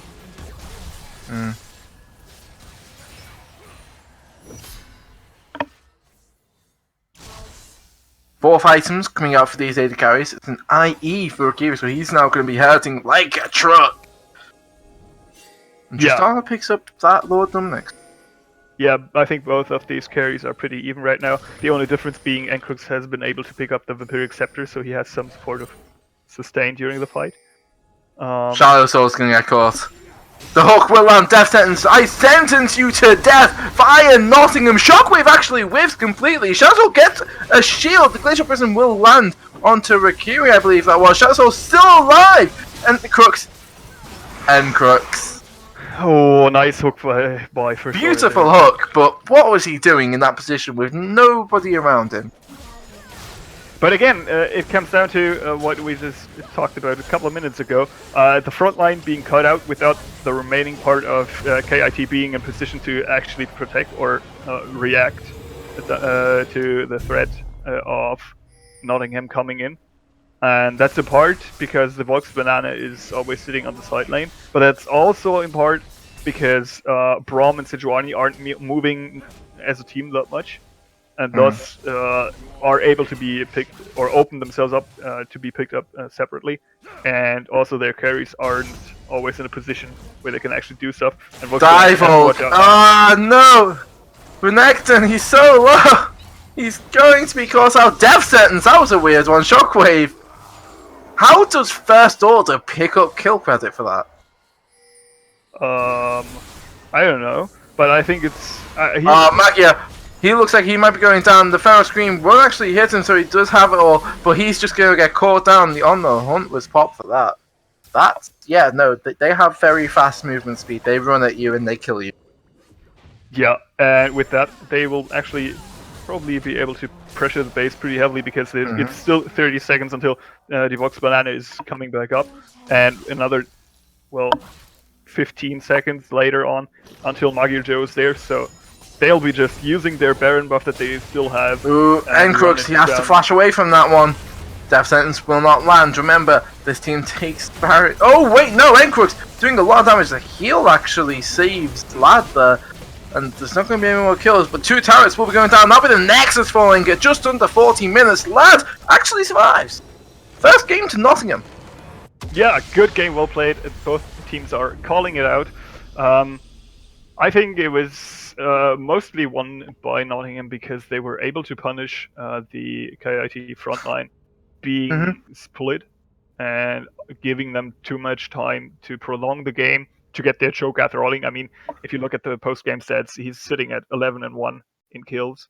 And I think at the end he had like 13, 14, 15 stacks of the face. I can check that for you. He has 15 stacks. Yeah, and that's more than 2,000 HP. And it gives him 2,400 bonus health. Yeah, and that's actually why I think Warmock's armor is so important in Cho'Gath. Not only because it gives you additional damage on your ultimate as soon as you pick it up, because it offers you a lot of health. It does give you a lot of sustain if you're resetting the fight. And if you peel out of the fight, get out of combat for 2 seconds or whatever until the Warmock's armor kicks in, you regain massive amounts of health and you'll be able to rejoin the fight. Even if you're just at like 20-30% HP if you exit the fight. If you rejoin at 50 or 60% HP with the Cho'Gath and you're regenerating percentage HP with the Warmocks, you are a massive threat and a massive tank line that's still available to the University of Nottingham there. Definitely. Anyway, we're going to be taking a quick 5-minute break for our next game, just so we can get a glass of water, so the teams can get organized. So guys, we will be seeing you in about 5 minutes.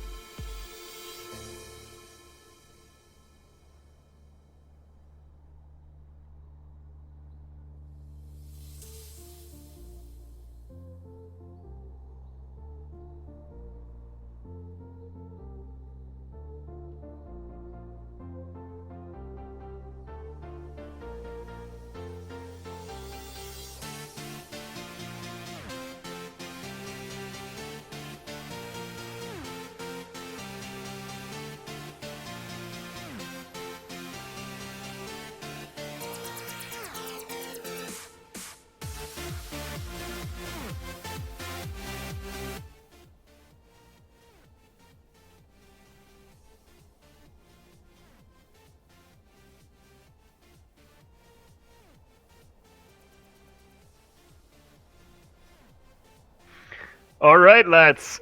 Welcome back. We are back from our break. We are still waiting for the last member to join the lobby. I'm still here with Gaffercake from the University of Nottingham. And Oh, I'm Manchester. Whoa, whoa, whoa. whoa, you're from Manchester. I Yeah, didn't know. yeah. I'm from the University of Manchester. Basically what happened was, I casted a few games. The guy from Nottingham was like, "I like that guy," so they invited me to come test here. So yes, you're watching the University of Nottingham, but I'm from the University of Manchester. All right. I stand corrected. Yeah. Whoa. No worries. All right. We're still waiting for the last player to join the lobby, which gives us maybe some time to talk about what went down last game. What both teams maybe should do in the draft phase. And also, I think we'll be seeing 2 new players being subbed in. Mm-hmm. We have the employee coming in for the University of Nottingham as their jungler. And we also have I'm Very Zed, the actual main top laner for Kid Academy, coming in on the top side instead of what's his face, Devox Banana. Okay. So we'll be seeing 2 new players, 2 new sets of picks, and I'm curious to see how that one will go down. Yeah, it's really interesting because I felt like one of the problems that KT might have had last game is the lack of the champion pool coming out from Benane. I feel like he didn't have that deep champion pool. Going for a blind pick Renekton is a very bold thing to do. I feel like it didn't work out all too much. Yeah, he was also, I think, at the beginning of the game, not able to actually play as aggressively as you should against the Cho'Gath, because as Renekton, if you don't permanently pressure the Cho'Gath, he'll just heal up with his passive with each and every minion wave. So it's actually pretty key to keep the pressure up, to constantly go for the trades, constantly play aggressively. That's where, as you mentioned, the itemization comes in. The blade, the Doran's blade instead of the Doran's shield, could have been a bit better. And on the other hand, it was well played by Max, being able to match the Renekton there in a matchup that, personally, from my point of view, I think Renekton should be winning early on. Mm-hmm. So yeah, I'm curious to see what I'm Very Zed will be playing, because he is much more refined split push player. So he'll be having a completely different champion pool coming into this game. And Don't short sell the other substitution, because you actually see a substitution on University of Nottingham side as well. They are subbing in the employee into the jungle. Sorry, I have the hiccups apparently now. But yeah, no, they're subbing in the employee. I'm interested. I'm intrigued. I'm excited.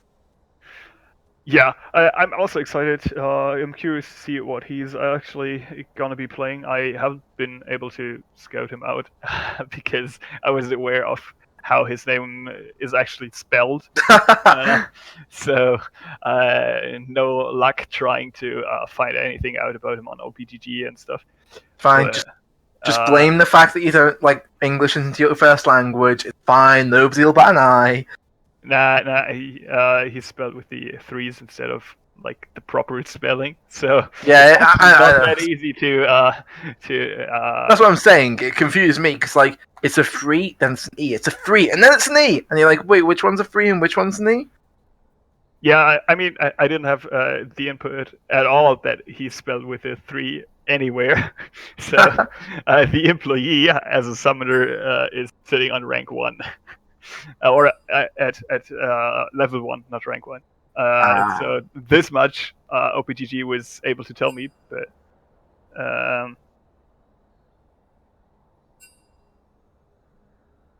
Awesome. I'm just trying to figure out why we aren't in a position to actually start the game, because right now we are just waiting for the last player still.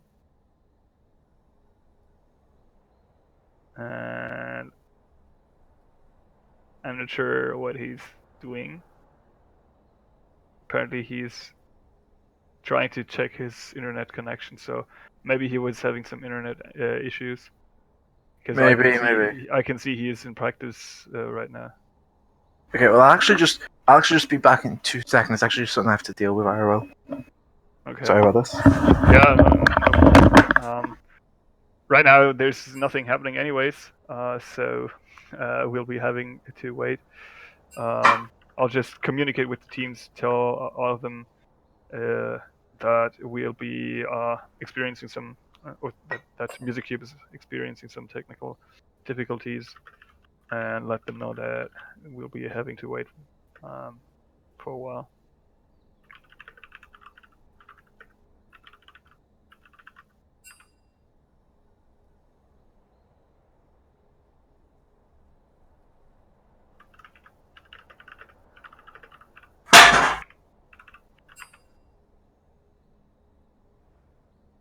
Okay. Until MusicCube is back. Apologies about that. I had to go let my flatmate in. Okay. Welcome back, anyways. I was just communicating with the teams, telling them that MusicCube will have to restart his PC because he's experiencing some technical difficulties. So we'll be having another couple of minutes until he's back in the game. And right now we can actually see the two teams having a little bit of trash talk in the lobby, so they aren't too antsy or too frustrated that they'll have to wait for another couple of minutes.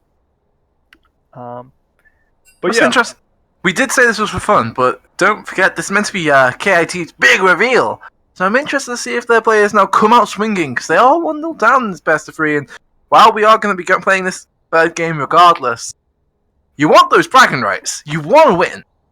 yeah, sure. I mean, it's still a best of 3, and well, not just a best of 3. It will be 3 games no matter what, but still, you want to be going for a proper best of 3, get that 1-1, tie the series, and then go for a decider match in the very last game, not have a 2-0 lead for University of Nottingham going into the last game, because then the last game won't be as exciting anymore, and that's why I think the KIT Academy team here has to put up and go for a very strong team composition, go for maybe some comfort picks, whatever, and show that that they are a team to be reckoned with.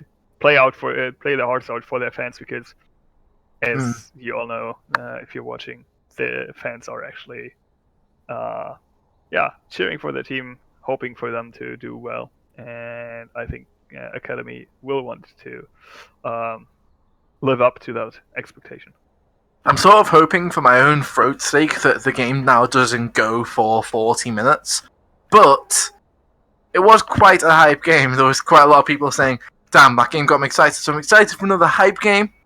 But I don't think it's to be as long because my throat is dying. Well, yeah, that's the tough luck of the play-by-play caster. I mean, you're really putting everything into the cast, and I think that the chat already said they love it. They really like you. That's giving them my all for you guys. So if there's any advice, just put it in the Twitch chat. I'll probably be looking at it anyway. So all right. Yeah. Apparently, we now have 10 players in the lobby, and if they are ready, we will be going into Champions League for the second game.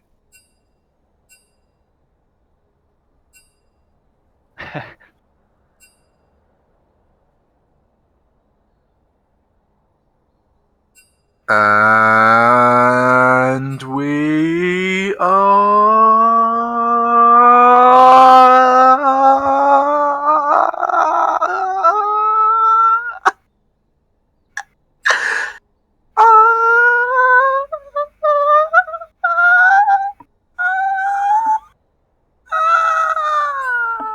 Right, for fuck's sake, can somebody put into like the champion select, please? So I don't die. We're into the champion select! Let's go! We got this. I'm interested to see now if KIT are going to ban out this Cho'Gath, because very strong pick and it kind of wrecks them. So, Yeah, I wouldn't be surprised to see it banned, simply because it's a very strong meta pick. But I'm also curious if University of Nottingham will actually be adapting their draft to suit or to account for the fact that I'm Very Zed is now playing on the top side for Academy, because he is their best player if you just look at their solo queue rating, and there's Cho'Gath going out the window. yeah. Still the Udi are banned from University of Nottingham. Just giving respect to Shadow, so saying, yeah, we're not up against that. Well, I don't know. Does Zed play Fiora? He does. Apparently both teams are kind of either thinking what we're talking about for themselves, or they are maybe even listening in because they have the Quick, who else in the Discord channel? open. I hear you. But yeah, I think both teams are coming up with the right bans here. Both the Cho'Gath and the Singed removed from Max, and the Udyr taken away from Shadow Soul, and Fiora and Camille being banned. It's actually 4 top lane bans. Yep. Top lane was previously the lane that IA was looking out for, and there's the Thresh ban against First First order. Order. And Could actually, be Trist first pick.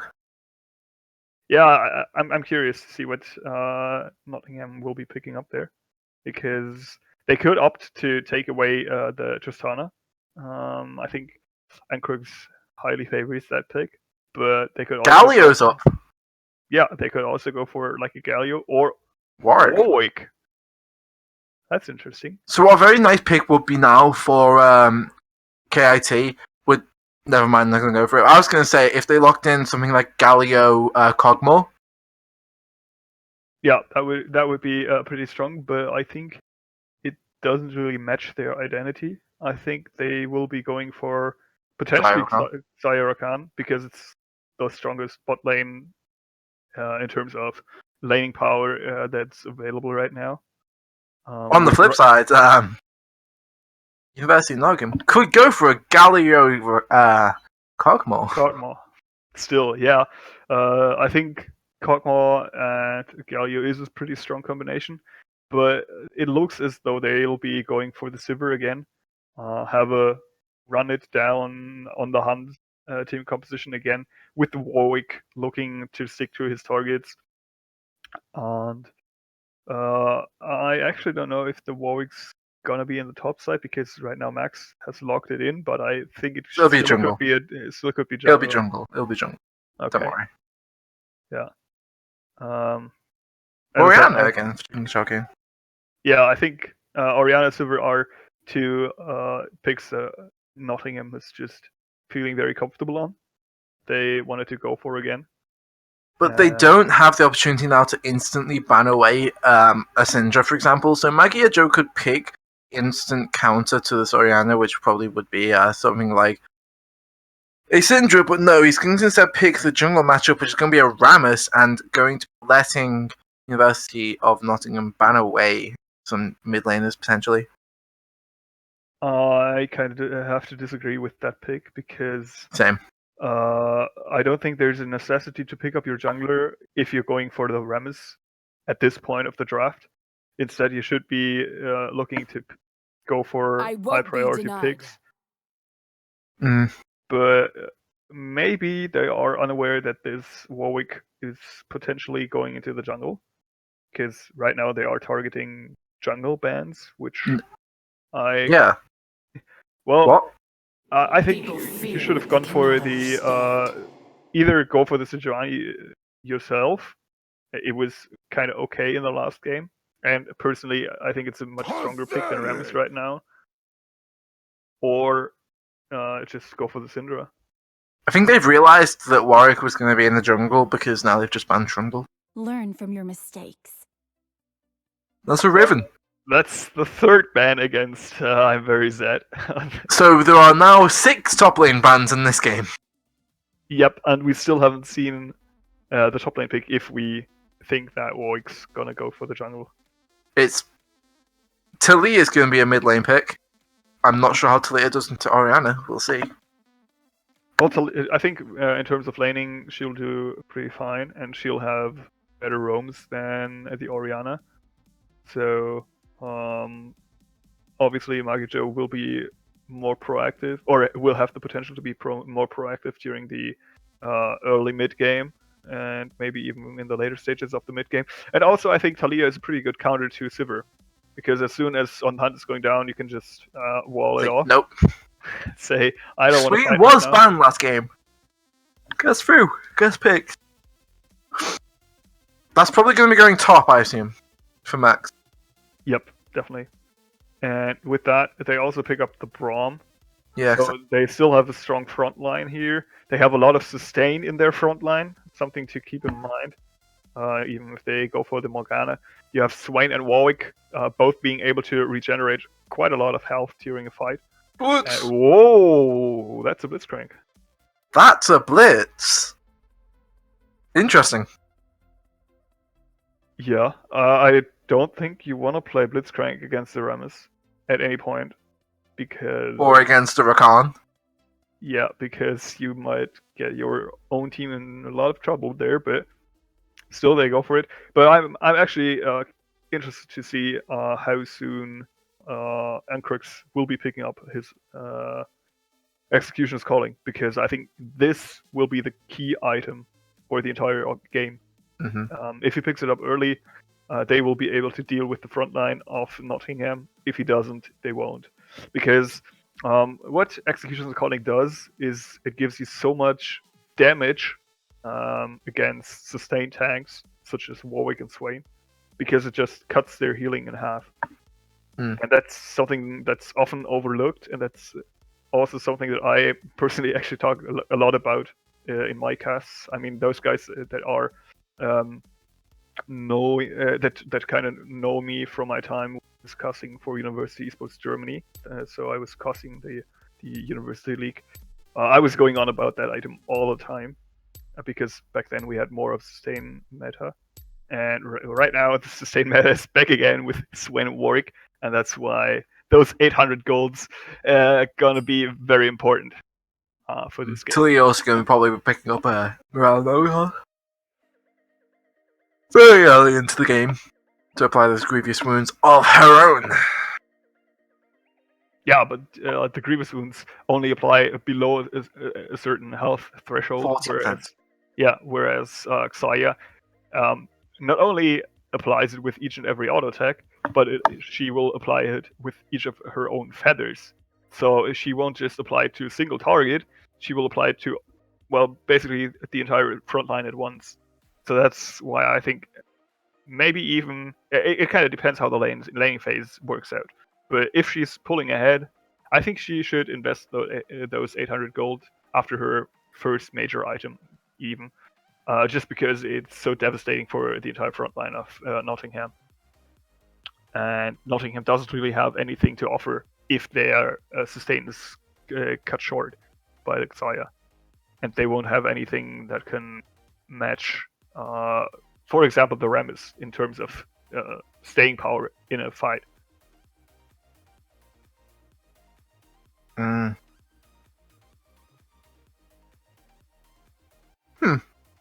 I've not seen a Swain in a long time. I'm excited. Yeah, I actually don't know how the matchup's going to work out between do I. Swain and Renekton. Because, of course, Renekton will always be able to just straight up dash it to Swain, but I think as soon as he does that, he opens himself up to the return damage from Swain with both his cripple and his damage over time.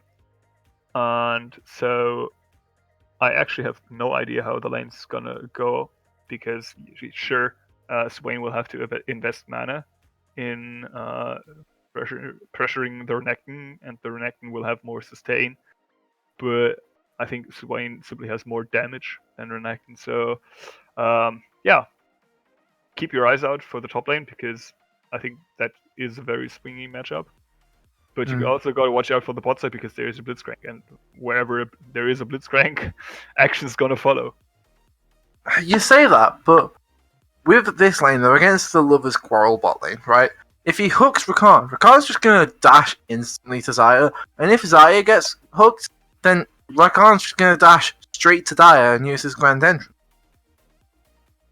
Well, he doesn't have his Grand Entrance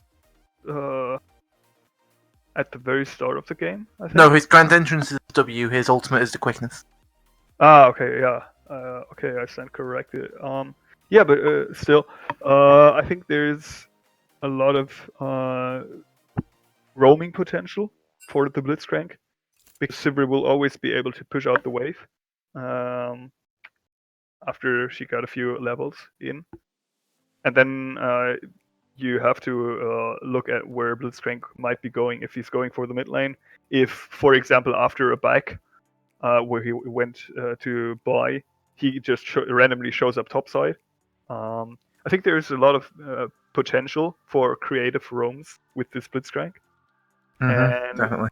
I mean, we saw what First Order was capable of doing on the Thresh in the last game, how many hooks he was able to land. And I think that Blitzcrank hooks are actually even more easy to land than the Thresh hooks. So he might have a huge impact on the game. Very easily. Yeah. Some very nice skins coming out. I do always love Xayah Rakan because of how their splashes match up in Champions League. In loading screen. I actually never noticed. It's the first time I actually kind of got to see these two during the loading screen. Yeah, you're right.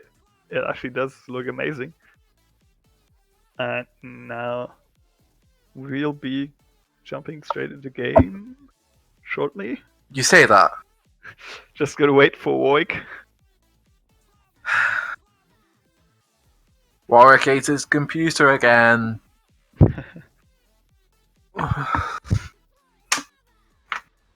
So is that actually the proper pronunciation? Is Warwick pronounced the same way as the city, or is it Warwick with the pronouncing the W, the second one? Because it depends on your accent. Because like, some people say Nottingham, I'll say Nottingham. Some people say Warwick, I'll say Warwick. So it all depends on like accents. Like I'm sure in Germany, there's words that sound different depending on where in Germany you go. Yeah, sure. We also have different accents. Yeah, exactly.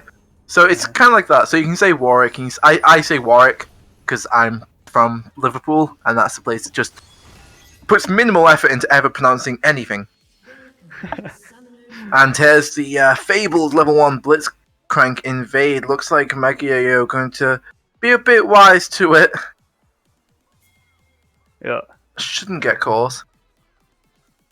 Yeah, especially with the route that Nottingham's taking. They'll be able to place a ward in there, but they were spotted by Magiayo. He'll just fall back. I'm very sad. Still sticking there, but I think Magiayo should have left the ward when he went out. Just to see if Nottingham is actually gonna stay. Because now they might even punish a counter invade. Yeah. Actually, they will see it. Music Cubes get a very last second ward out in there. Boss Nottingham returning to their own red buff. So both junglers going to be starting on the bot side of the map. Yep. By the way, if you look at the top side, we see a very different item start from I'm Very Zed on the Renekton, especially compared to the last game. And I think he's kind of reacting to what I thought would be the case with the Swain, that the Swain will simply out-sustain him. Or not out-sustain, but put up more pressure or more damage onto him. And with this refillable potion start, I think he'll be looking for... Oh, never mind. We're in for another pause. Yeah, but- looks like Max DC'd, so. but yeah, he'll be looking to use the refillable potion to save some money because he knows he'll be having to go back quite a lot of times in this lane. And I kind of agree, even though, as I said, I don't really know how that.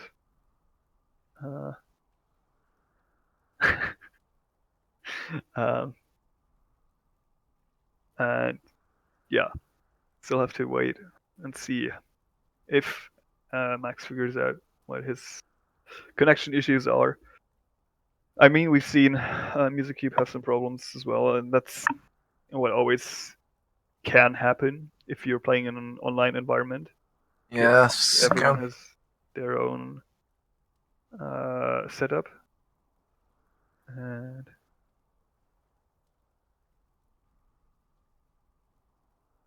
Especially for people who now live in their own house, because, like, for me, I'm living in my accommodation. My setup for internet is ridiculous. It's so fast and it's brilliant. But people who've moved out of student accommodation, just living in their own flat with some flatmates, it's can be a bit tricky. yeah, it always also comes down to your provider if you're living in your own flat. Because I think, at least in Germany, everyone I know has experienced some sort of the provider not providing enough internet, even though he should. And that's something that can happen at very random times. So Yeah.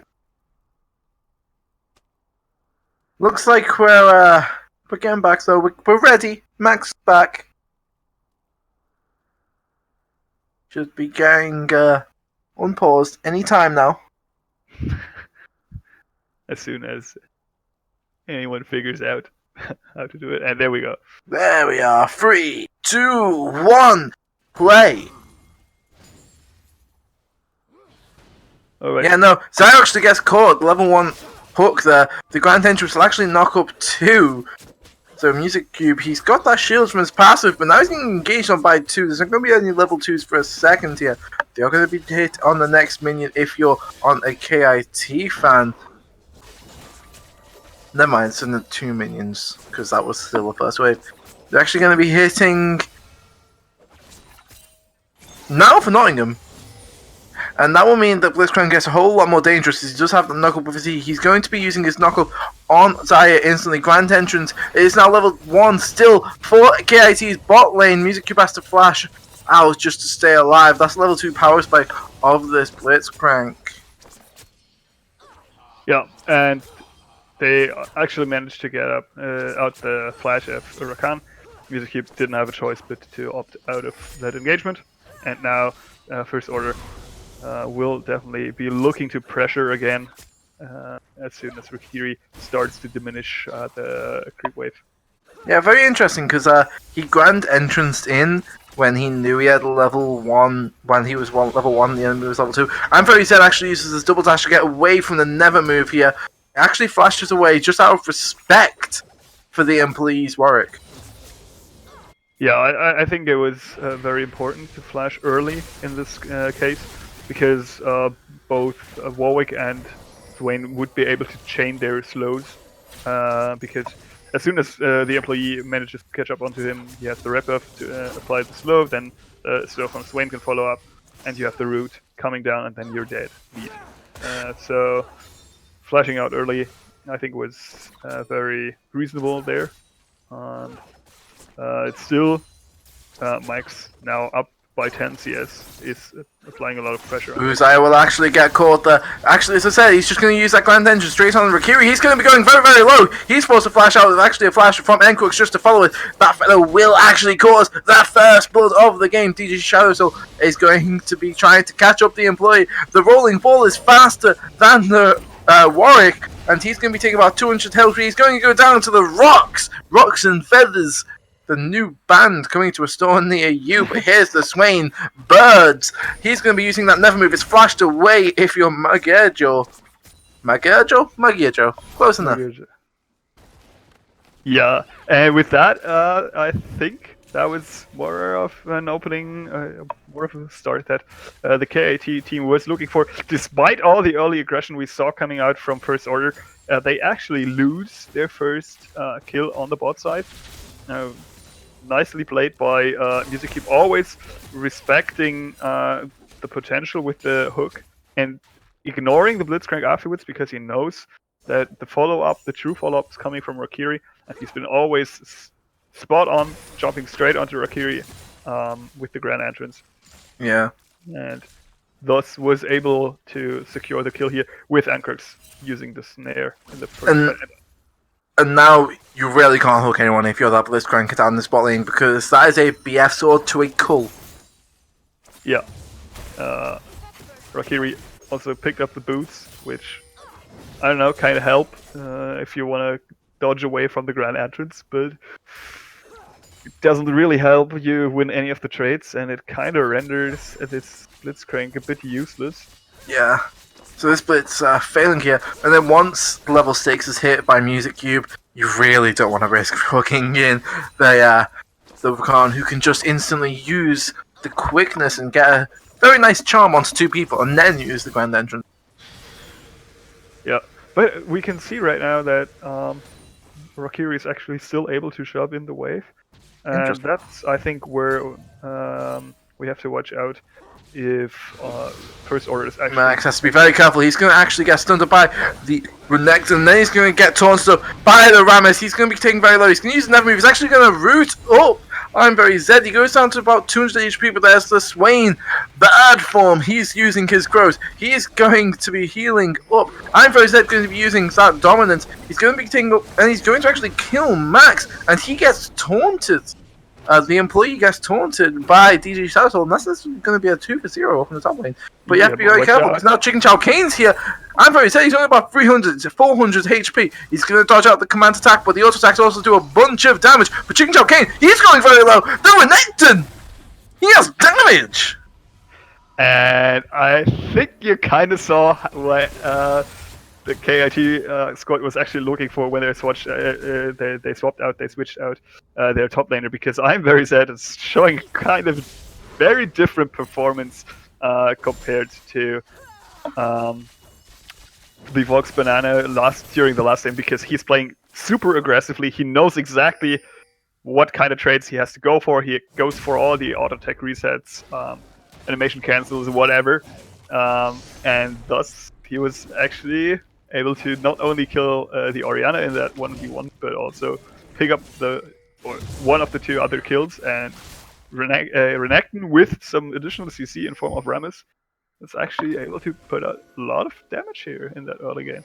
A big thing about that is Chicken Chow Kane actually didn't have level 6 when he went up there, but the employee's been caught out of those Grand Entrance that landed. He's on about 300 HP. The seismic shove will not happen. The employee taken down to about 80 HP, but there's a pause.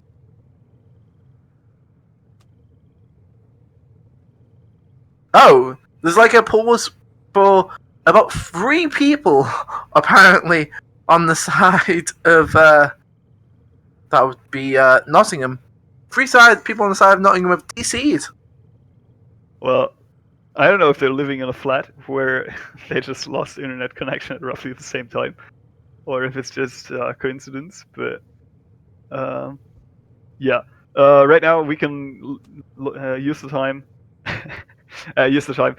to maybe take a look at where the game's at right now, because Karlsruhe is already 3,000 gold up in the lead, if you count the kill credit that they will be getting on that Warwick, no matter what.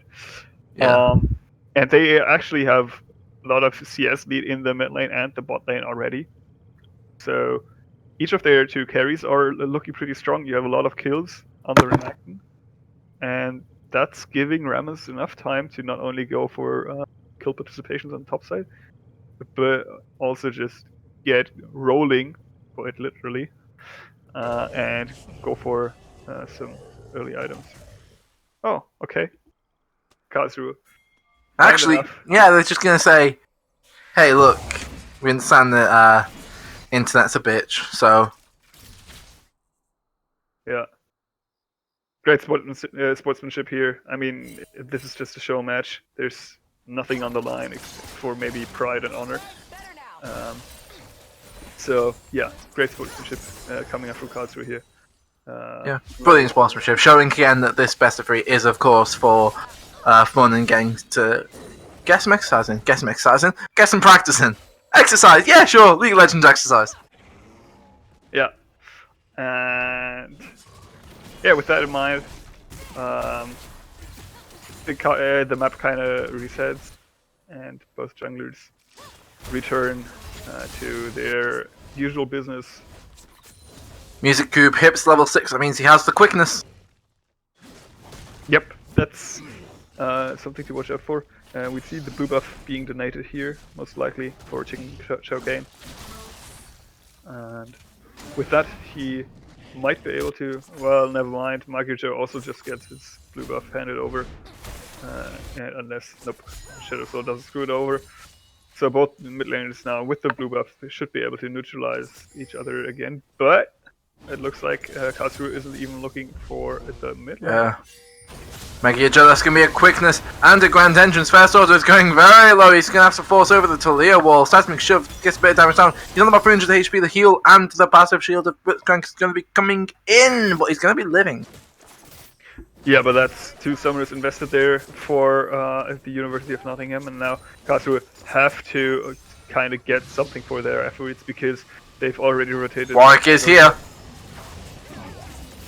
Gonna be a taunt. Actually, that's gonna be a beautiful grand entrance. Catches 2. DJ Shadow will go down to 1-for-1 so far. Support for the jungler, but Music Cube, he is going to just take an auto attack. He's gonna pass off. He's gonna say, okay, we're gonna try for this tower now. Yeah, that was another bunch of summoners used there. DJ Shadow Soul actually trying to roll onto Warwick that is about to release his fear. And in case you didn't notice, there was a change to Rammus where his role is actually now getting interrupted by CC. So as soon as the fear hits, he stops his powerball. Seismic Shove goes down to Chicken Chocane. He's not going to take too much damage. Still very early days here for Magirjo and this Talia. Not too much damage stacked up yet, only a. What is the blue book called? I just call it blue book, but it's actually called... I think it's the Lost Chapter. It's a lost chapter. And right now on the top side we see Max being forced out of the lane by I'm Very Zed, who still has his dominance available. He's just dirty farming, I think that's what the English casters call it. We say proxy, but dirty farming is just relevant. Okay. Yeah, I've heard proxy farming during the first couple of seasons of League of Legends, but I think lately Quickshot has been calling it dirty farming. Has he? Interesting. I still just say proxy. I feel like most people just say proxy. You can choose. All right. Well, let's stick to proxy then, because that's also what comes natural to me. Blood damage going down to the top turret. Yeah, we actually see a tier being picked up by Swain right now. I'm not sure. It was picked up earlier. It's got a few stacks on it. I'm not able to check though. Yeah. Well, anyways, I think the tier itself adds an additional, delay in power for Max with a potential later swing that might be relevant for the lane. But now we see Warwick looking for an engagement on the bot side, but been spotted out by Rakan, and Rakan, with his mobility, able to get away pretty nicely.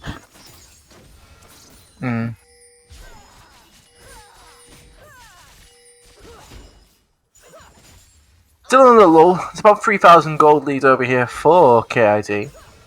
Not going to do much with it though. They're just going to... Actually, they probably should be fighting. They should probably be... Because if you see, that is the Essence Weaver completed for Xayah. So there is an item lead there. So I feel like they should be trying to put a bit more focus, maybe around the Drake. They might be a bit scared because it's only a Cloud Drake, but it's still fairly important. I think what we're seeing right now is both Chicken Chocane and Magirjo recalling, and I've just checked before Magirjo was recalling, he was sitting on 2,000 gold, and that's why we see the Marauder Nomicon being picked up by him. And I think, even though Shadow Soul is just roaming up right now. We'll be looking at another Weaver's Wall attempt on the bot side pretty soon, because both carries have spent their gold right now, and with Rammus being able to join pretty quickly, Mario Joe and Shadow Soul might be looked for the top side instead. Might even go for the Rift Held.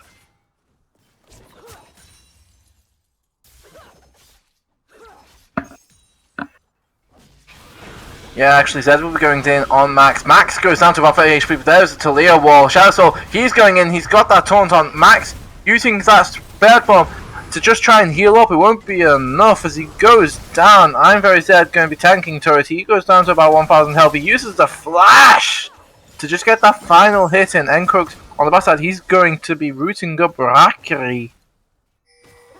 That's all it'll be. Yep, and that's first turret. Yeah. Picked up. Nice. Yeah, I was expecting the roam to be going bot side, but instead they choose to snowball I'm very Zed even further ahead. He's sitting at 302 right now, and there wasn't much that Max could do. He was sitting in the topside brush for a couple of times, or a couple of seconds, before the gank came in. I think if he had recalled there, he would have been able to dodge the gank. But instead they chose to allocate employee to the top side as well. But that wasn't. It was too late, and it wouldn't have been enough anyways. Even though the dive attempt itself was pretty poorly executed by KIT.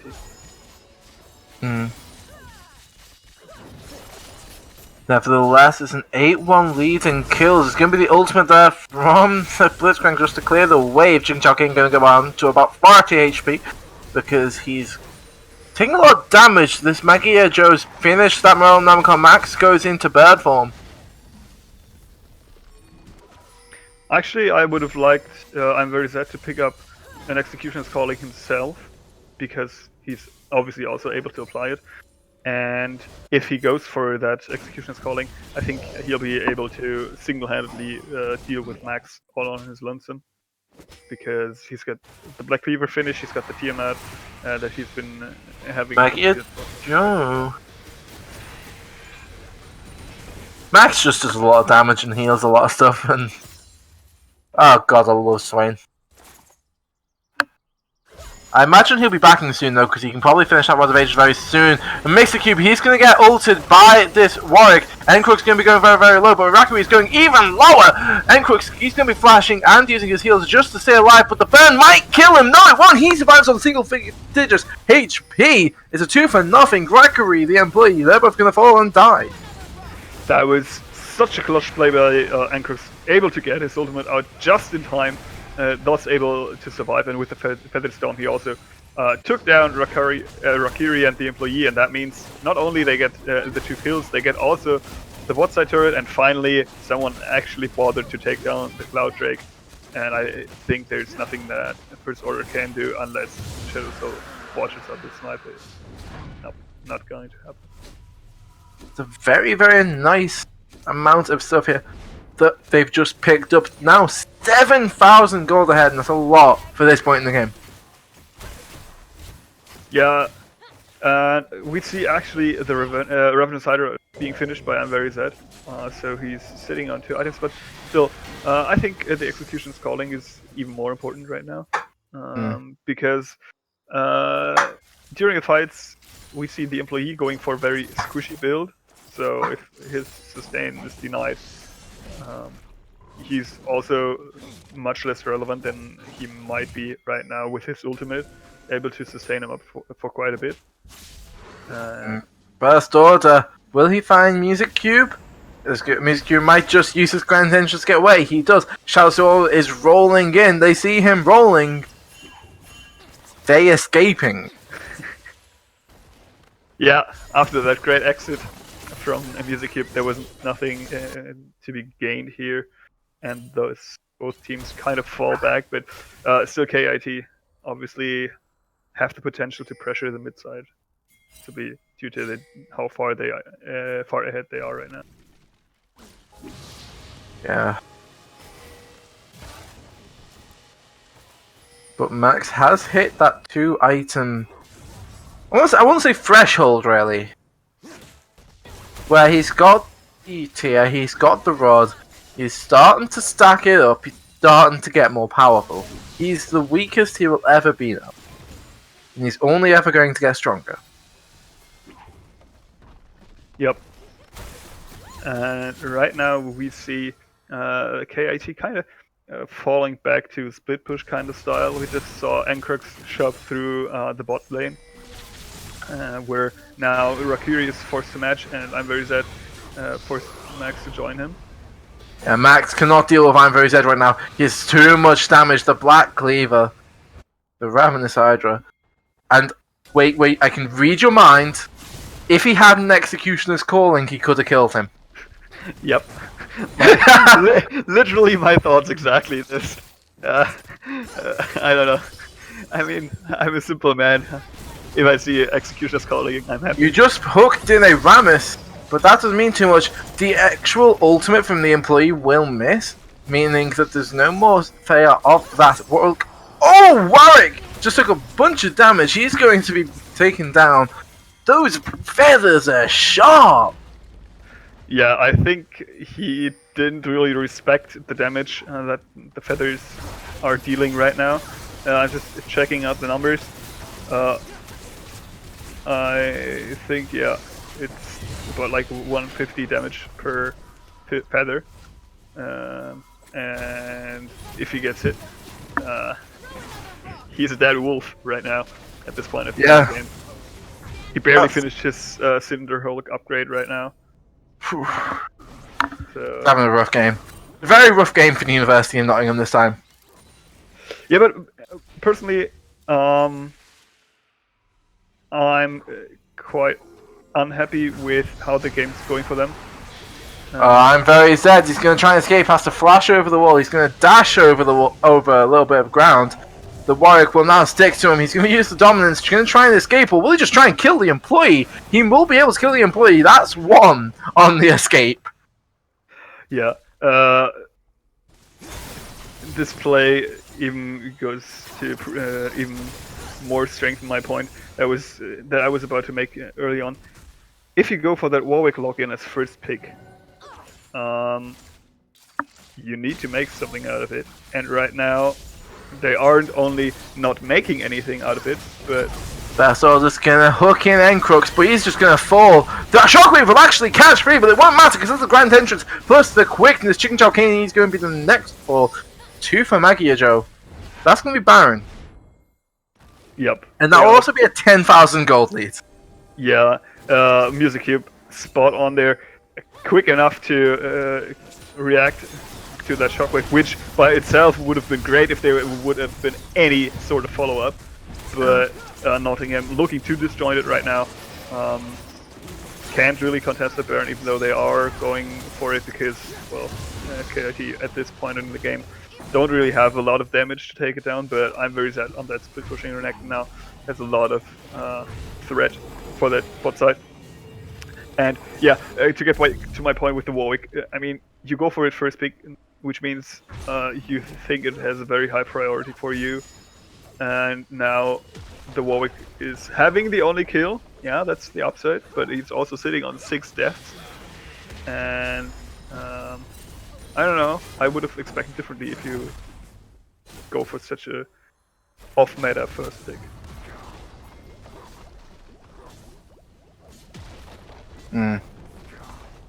That will be a tower taken down though. I'm very sad. Taking a lot of towers this game. That'll be a Talia wall. Wonder what that's going to try and broke off. But the Rift Tower is now going to be summoned in the mid lane. Looking to get that tower. That'll be the 6th of the game. I'm very sad. Just said, I'm in your base now. This is Renekton's base. But now he's sort of getting turned on and he might just die. He will. That will be his first death of the game. But it leaves this inhibitor very open. The Shockwave will catch onto Magia Joe. The shot that Oracle actually goes on to Encrux, but he's just going to use his ultimate and get away from it. Double root going down. So they're just going to lose 2.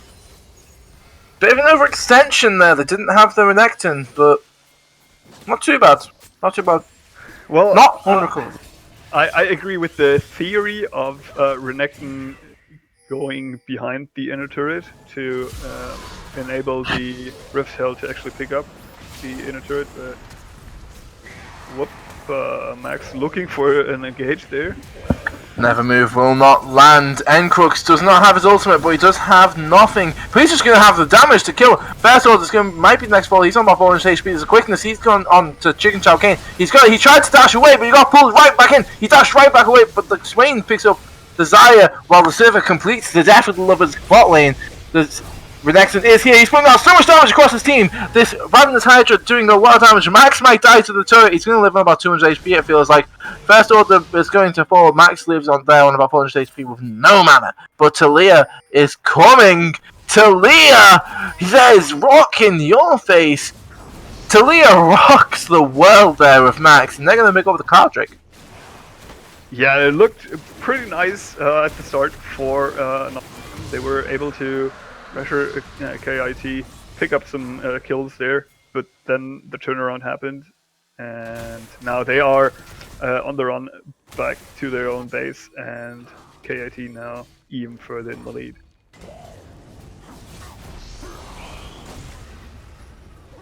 Oh, and by the way, finally we see the first Executioner's Calling being picked up. The employee is going to be falling down there. He tried to take a reverse kill. Why would you try and hook that Renekton into you? That would have been dangerous. Maggie Joe does a lot of damage! Those rocks hurt! They're pointy rocks! They're boulders! Throwing entire boulders now with the team of University of Nottingham. That'll be the quickness. Knocks up Chicken Chow Keen, but we've got to look for the shockwave. That'll be the only thing that could possibly turn this fight around. Won't be coming out. Yeah, I'll be the inhib falling. At this point it will be first the mid lane inhib falling, and now with the minion wave coming in on the bot side it will be the second inhibitor turret going down. Oh, that would be a beautiful shockwave onto 2. I'm very sad though, will be the first to fall in this fight. Music Cube could be the next. It's now 5 versus 3 on the map. Employee's gonna be hunting for Shadow Soul's life. But Shadow Soul's also very fast until he gets out of his Powerball. He's going to use that ultimate, but it's only going to buy him a little bit of time. He's going to now use his Powerball again to try and get out, but will the burn get him? Actually, no, it won't. He might be able to escape here. Yeah, I think he actually did. He's on cold, and the employee will let him live for another day.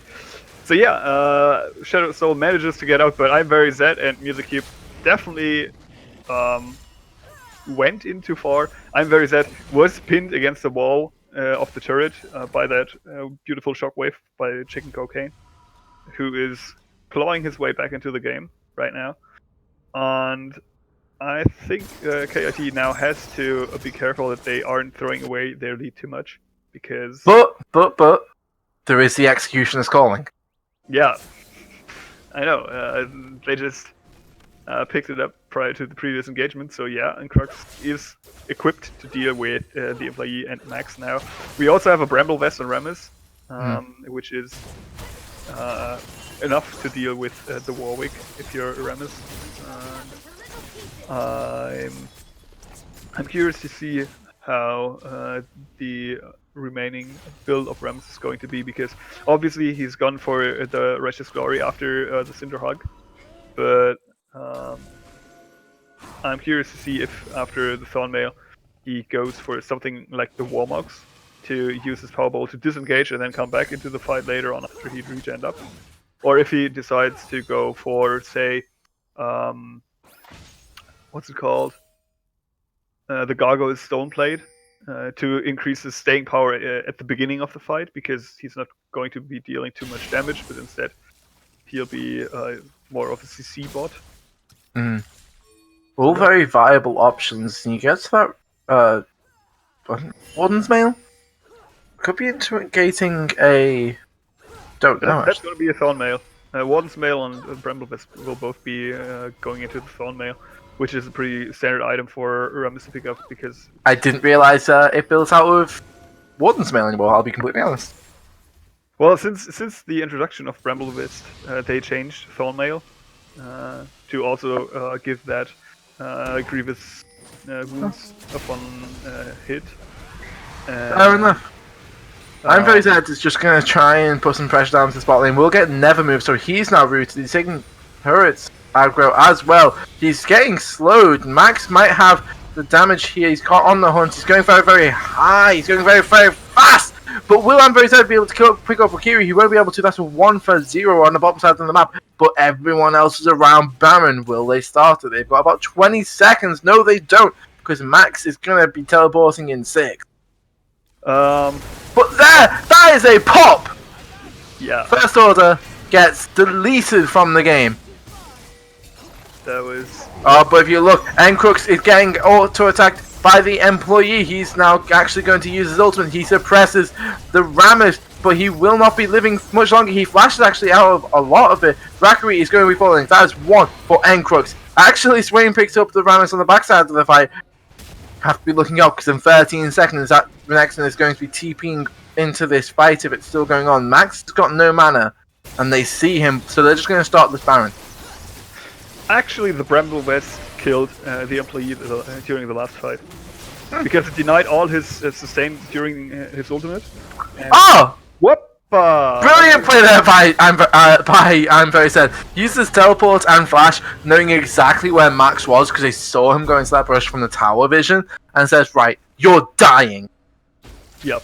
And he kind of redeems himself for what he's been doing on the bot side. Able to pick up the kill now, and with that Baron power play, I think KIT should be able to at least get another inhibitor. But I want to take the opportunity until they actually get to that point to talk about items again, because I'm very sad displays that still many players don't know how unique passives work out, and he's also building pretty poorly because he still doesn't have his execution scaling. But yeah, Sterak's Gage and Hex Drinker share the same unique passive since, I don't know, maybe half a year, Lifeline. year. And by picking up both of them, you're losing a lot of gold efficiency because it will only be one shield that actually procs. I'm very sad actually gets caught out. That'll be the Warrior Ultimate going down. He uses that Sterak's Gage. He gets a very big shield, but he's still in the midst of 5 people. Yeah, and with that, they do get the inhibitor turret that I was talking about. They also get the inhibitor, but I think Nottingham have successfully prevented KIT, the Karlsruhe team. Nevermove results in 2 people. There's actually the quickness going down onto the Swain. Swain goes golden, but actually will go straight into dead. Yep. Okay, never mind. So the numbers advantage that they had generated by picking up I'm Very Sad is immediately lost due to Swain dying there pretty quickly. And now you can also see the reduced effectiveness of sustained tanks in the current meta because it's way too easy to deal with. And Shadow actually going to get pulled in as the Rammus. Shockwave is up. While a lot of the ultimates are down, Shockwave is one that is actually up. Yeah, Music Cube has actually found a very nice engage during the last team fight, and I think they are going for the right play by pressuring the top side now. I think they can use the remainder of the Baron buff for another push and look to get at least some chip damage onto the top lane inhibitor turret. They will have to wait for I'm Very Sad though to match them in their... Oh, look at University of Nottingham. They're going for this Fnatic brush style. Doesn't get anything though. And I'm Very Sad is now here. He will just about dodge out that hook. Yeah, I kind of want to see him return to the lane because they just had a nice mini wave there. But the mini waves themselves are so off sync that Nottingham are actually able to deal with one of the 3 waves at a time.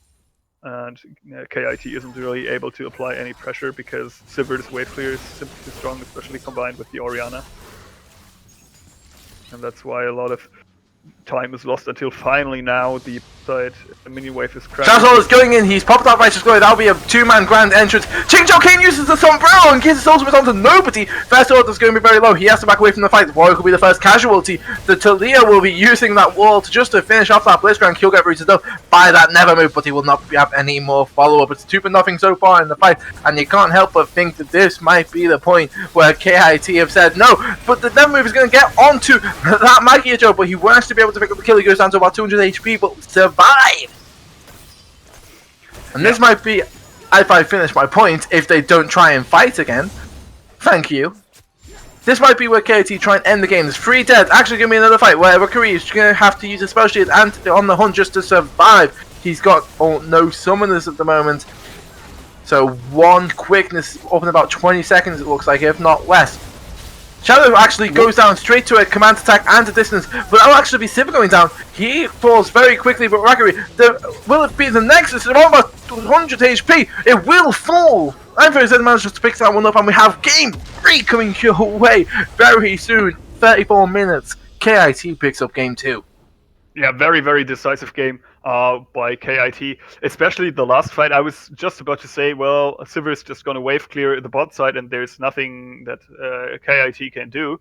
But instead, they proved me wrong. They go for the dive, they use the Rammus, get the catch, get the follow-up team fight, and close out the game in a very dominant fashion. I mean, if you look at the numbers, 70,000 gold just after 34 minutes, that's very impressive.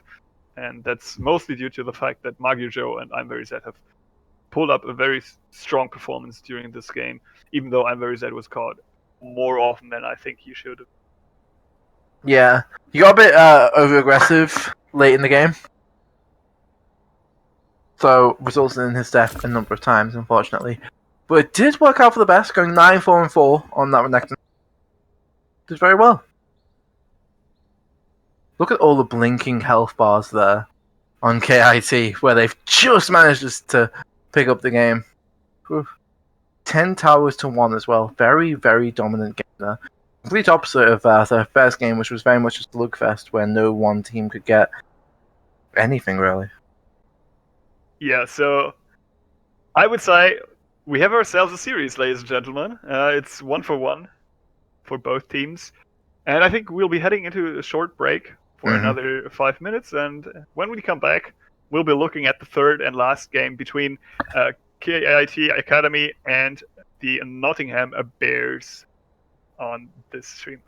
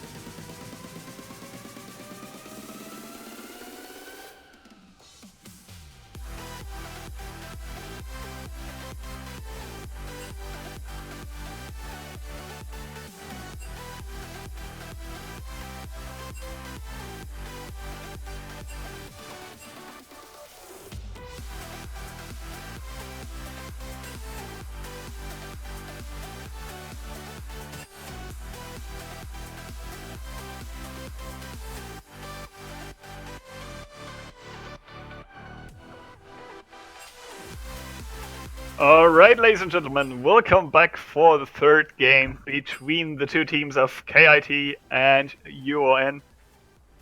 I'm here with Gaffer Cake by my side, and we'll be bringing to you the final deciding match in this best of three. How are you feeling? I'm tired. I'm feeling good. I'm feeling excited for this match. We've seen one game where it went very even. We've seen one game when KIT took the lead and decimated. So I'm excited to see what the third game is going to bring out of us. But I'm also very tired. How are you, Andy? I'm actually pretty fine. I'm not that tired yet because, well, I've been sleeping in today. So yeah,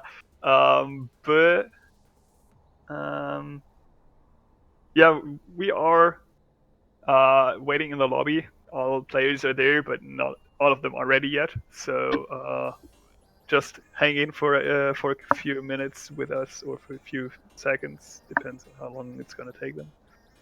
And yeah, we are actually going into the very last game. Yes, we are. Well, we're going here anyway. It's just nobody's had a victory decided yet. Because we were always going to go to a game 3 no matter if, like, say for example, KIT won the first 2, or if Nottingham won the first 2. We're always going to have a game 3. We're always going to entertain our fans. Rocking that hard 32 viewer count. Whoop, whoop. Yeah. If both teams are ready, we might actually go into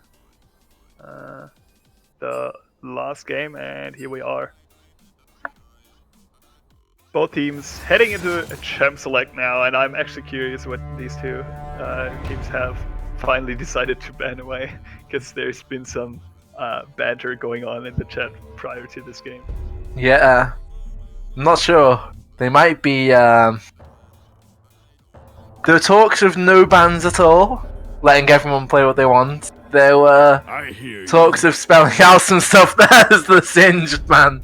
Max is going to be upset by that. Cool foam. There's the Fiora ban being shot right back saying, alright, you ban my Singed, I'll ban your Fiora. Okay, so both teams are going to go serious mode here, I think. Both top laners have been very vocal about the other players' champion pool, and I think it kind of shows. And there's a third top lane ban. Will it be a fourth top lane ban?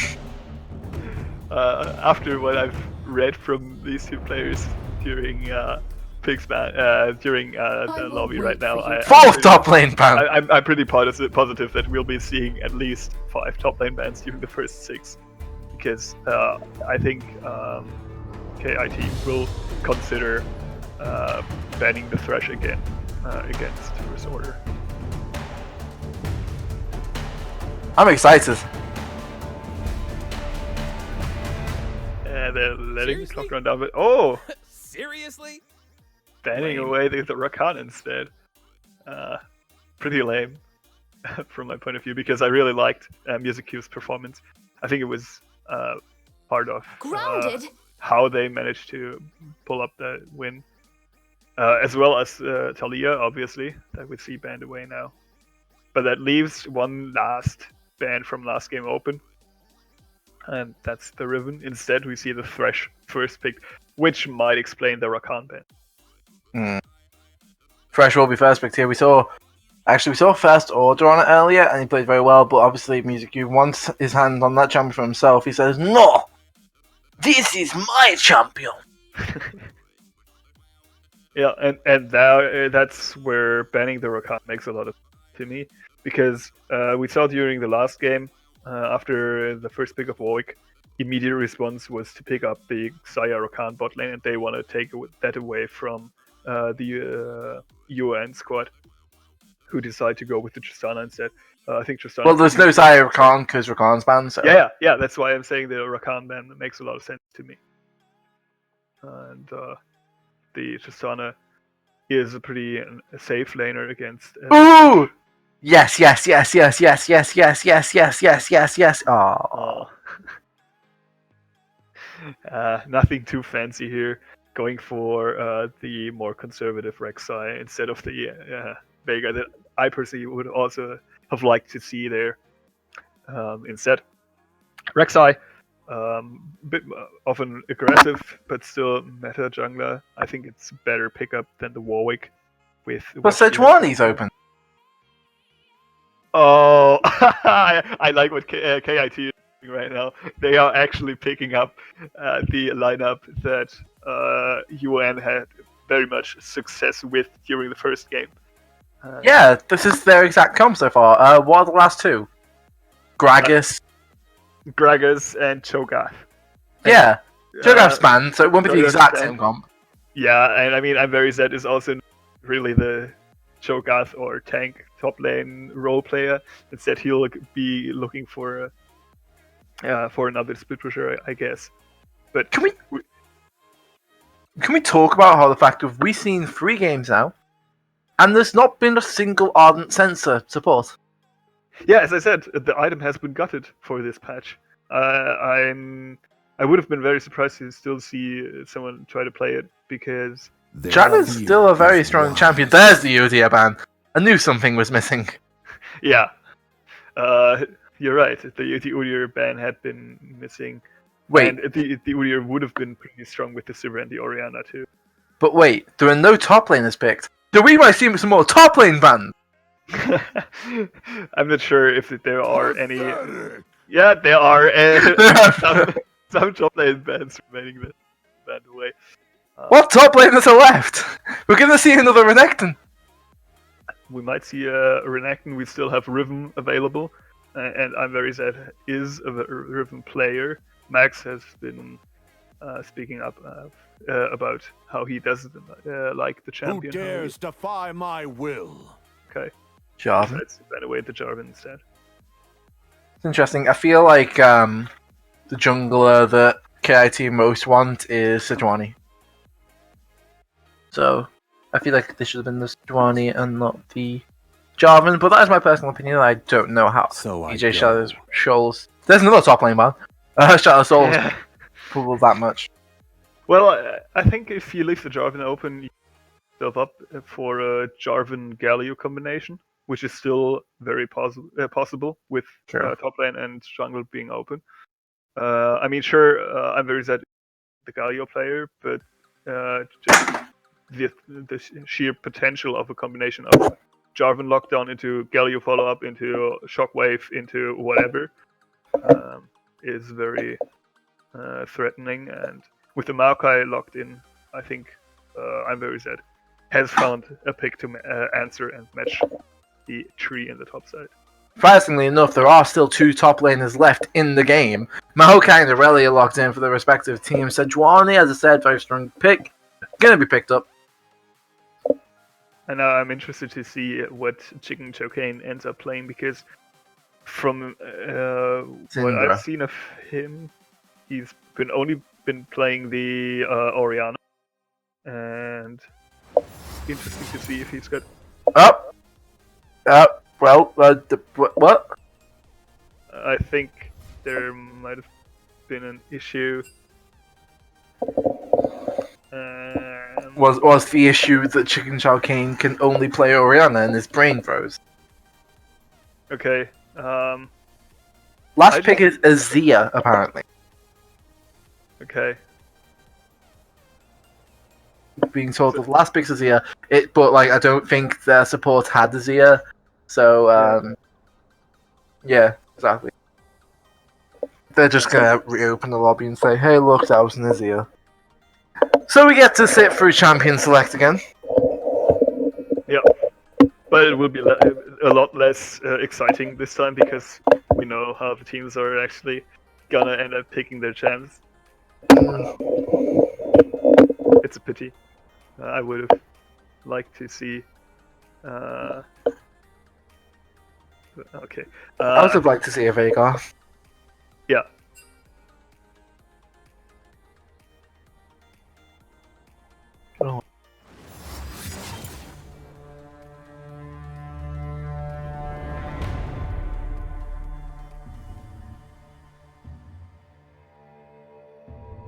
I hear you. Okay. Well, while we wait for the two teams to actually lock in those picks, I think it's time to talk about the different matchups already because we know them and we've got. I've completely forgotten them. I know there's an Azir versus Orianna matchup. Yeah, we have Azir versus Orianna in the lane. We have Sejuani versus Rek'Sai. Well, we have Orianna versus Azir. Blue side Orianna versus red side Azir. We have blue side Sejuani versus red side Rek'Sai in the jungle. We have top side Aurelia versus Maokai. And on the bot side, we have Sivir and Thresh up against Tristana and Braum. So Wait, they just. Oh wait, no, Taliyah isn't in this game. I'm getting confused. Right, so picks coming thick and fast. Aurelia, Maokai. Yeah. Top side. I think Aurelia will have the split push edge after completing the Trinity Force. Not sure how much she can punish before that. She's Interesting. Yeah, go ahead. I was gonna say it's interesting to see the build that I'm very Zed's gonna go because I feel like the build where you go Triforce into Titanic Hydra, I call it the Tritanic build. I feel like that's the most popular sub, but I'm interested to see if that's what actually Aurelia's gonna go for. Yeah, I don't know. Oh dear. I think I'm very Zed has to be very careful not to overextend too much in the top side because So I go. Rek'Sai and Maokai have a lot of potential to punish her for overextending. I mean, everybody knows about the point and click DC of Maokai, and Rek'Sai has a very easy way of following up. Seriously? Lame. I don't think that I'm very Zed has shown in the last game that he will always play conservatively or knows his limits. So that's where I think Nottingham has a very easy way in to their game. Just get the Rek'Sai ahead through the top side and then use her to snowball the rest of the map. Whereas, obviously, the bot lane will be bloody again. But both teams will be running Ignite on their support. Yeah. And, I think Sejuani would be better suited to go for the bot side ganks instead of going top side. So that's, I think, where the jungler attention is going to be different for these two teams.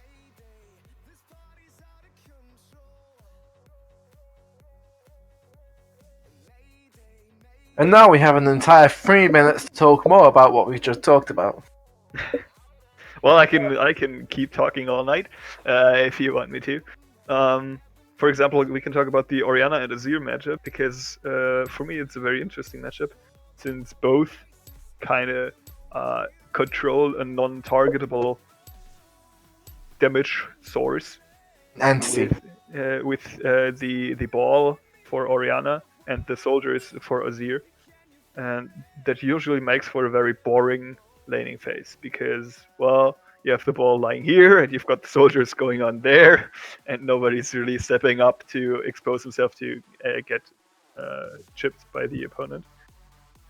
But it also opens up a lot of opportunity for later for explosive team fights later on because both champs have a very signature ultimate where it's going to be key if and how they are going to be able to land it. Yeah, the Emperor's Divide and the Shockwave, both very iconic ultimates in the game. They can shift a fight in their favor within just seconds, really, especially if you pair it Orianna ultimate with something like a Thresh getting a death sentence and then going in, on a Aurelia dashing in, or a Sejuani dashing in. A lot of ball delivery system. Over on Mega Joe, it's actually a matchup we actually saw earlier, I believe, Orianna versus Azir, but the roles were reversed. It was Chicken Joe Kane on the Orianna with Mega Joe on the Azir.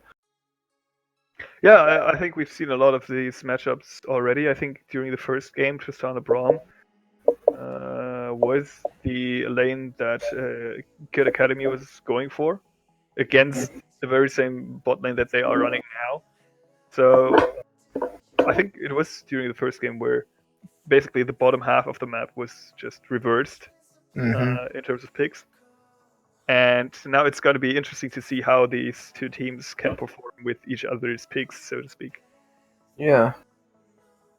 And we've got some new champions. We haven't seen Maokai or Aurelia this series at all. So, interesting. I'm interested in the top lane Aurelia because Aurelia is a champion that can pop off very quickly.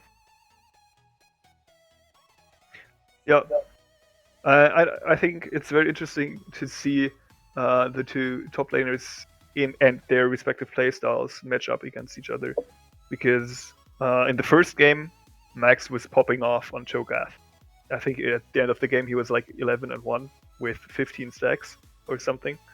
And during the second game, we saw the early and mid game dominated by I'm Very Zed, who subbed in for the second game.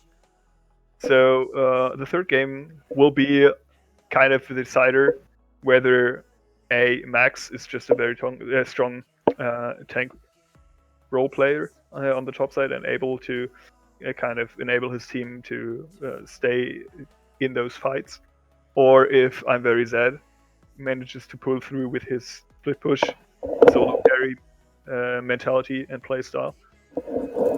And that will be the 3 minutes counting down. My league crashed again. Okay, well, I don't know if you're able to rejoin. I am. It'll be a minute. I should be good. It happened last game as well, and I was still fine. So. Okay. Well, yeah, I'm also just waiting for the loading screen right now, so you're not missing out on anything. Hey, I'm missing out on looking at all those skins. Well, I don't see any skin as of yet, so Oh, sweet. Neither do I. I've got you're actually not missing out on anything compared to me. Wait. I see skins. Yeah, so do I. Gravelord is the firefighter. No. Darkstar Fresh. Yeah, there are some pretty nice skins in this game. I personally like Gravelord, Azir, Victorious Maokai, Nightblade Aurelia, and Darkstar Thresh quite a lot. I think it's one of they are all running one of the better or even best skins on these respective champions. And it's pretty cool to see all those skins on display. No LT Grey Brom, no. Nope. We have to stick... he sticks to the normal default bronze skin, which is okay, I think.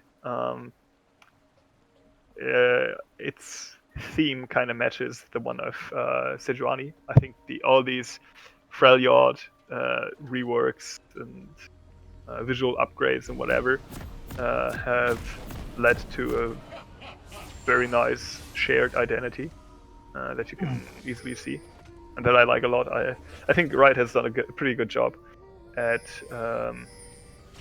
getting their lore in order, getting the visuals to actually match those within the last, 2 years, because if you think back to the beginning of League of Legends, lore was actually pretty decent. The visuals were pretty decent, but after we got into Fresh. a few years in, Fresh might be looking for a Trixie invade the KIT. They're not going to see it coming. KIT, you will get that death sentence. It will go on to the jungle of the employee, and that will actually be a blade surge. That's Sejuani getting first blood onto Rek'Sai. Yeah, and what's pretty key is that none of the KIT players actually had to invest any flash there. No. User Cube used his Ignite, but that's all it was used.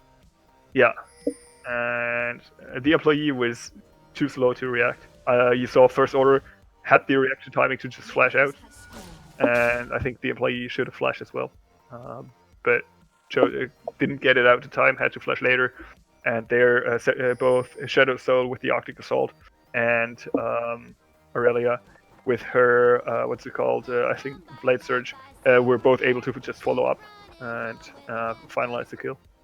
It is her Blade Surge indeed. Very nice, Andy. So yeah, nice little start there. It actually means that Sejuani gets to go back and starts jungling with both the Machete and the Talisman, which is a lot. It's quite good because it means it clears the jungle faster, and it's gonna be a lot healthier on this clear. Yeah, and that actually helps out KSC quite a lot. As I said, Oh, Music Cube's actually getting nope, not getting stunned up yet. Just very little way. Actually, Magiojo is going to be taking a bit of damage in the mid lane. Yeah, lane's evening out a bit, but the additional clear or the additional sustain that Shadow Soul will actually have in the jungle could influence his timings. I think Rek'Sai normally has a much higher clear speed than the Sejuani. Yeah. That might be equalized a bit here. Yeah. Rek'Sai actually going towards that river might be looking to get a bit of revenge. Actually, just looks like he's going to be going onto that Rift Guttler. Sejuani's finishing off the blue. Instead, even with that star, so actually means if you go over there, looks like Rek'Sai is going to be fighting for that blue buff. I believe Sejuani got it. No! Oh wait, yes. Sejuani got it. Okay. Oh yeah, I thought the way that her mana regen to indication, her having the blue buff, I didn't actually bother to check because I thought the employee wasn't in a position where he actually could contest. But yeah, It looks like Music Cube might be going in here. Gets that level 3 power spike, uses the play on First Order and the Death Sentence. Goes down, still on about half health though. First Order on that bro, very tanky indeed. By watching at the bot lane engage, we actually kind of missed the mid lane gank there. Chicken Chocane forced to back because Shadow Soul showed up. There's another Death Sentence into a flay. Braum says stand behind me, but I'm actually going to be the one jumping to you to get away from this fresh Sivir combo. Max is taking a bit of damage from the top lane. I'm very sad. Looks like he's just going to be taking advantage of their earlier damage in the early game. Nightblade Aurelia. Nice game. Yeah, the game is a bit slower right now, but I think that's kind of the different picks. The only place of the map where we actually see some more action, other than those quote-unquote interesting bot lane engages, is the junglers sometimes pathing a bit more aggressively, looking to check up on their opponent. But nothing much happening right now. It's a very boring first 5 minutes, isn't it? Music Cube's going to get that Death Sentence, so he's got that explosive charge on him. And nothing more comes of it. Even the engages are boring. Yeah, well, if you land the hook on the Braum, Tristana is just gonna start auto-attacking your AD carry, your AD auto-take back, and nothing will come out of it. And if you land the hook on Tristana, Braum will simply jump in front of her, put up his Unbreakable, and nothing's gonna happen anyways. So the bot side will be boring until the junglers get there, and that's why Sejuani being there is actually cool. It's actually going to be a stun landing. Never mind, I got that completely wrong. Death Sentence lands onto that Braum and then he has to flash away. But Rek'Sai is here, so it's no further aggression. Right, my mind went blank then for a second. In the mid lane, we actually see Magiojo getting chipped. He's getting bullied. Now. Yeah, but he's been putting some pressure back upon Chicken Chocane, and now we see the junglers meeting up again around the mid side. It's actually going to be a TP back to lane for Max, and he's just going to try and clear the wave. He's about 5 CS down, but he's struggling. Well, I think being 5 CS down against an Aurelia is pretty decent as a guy.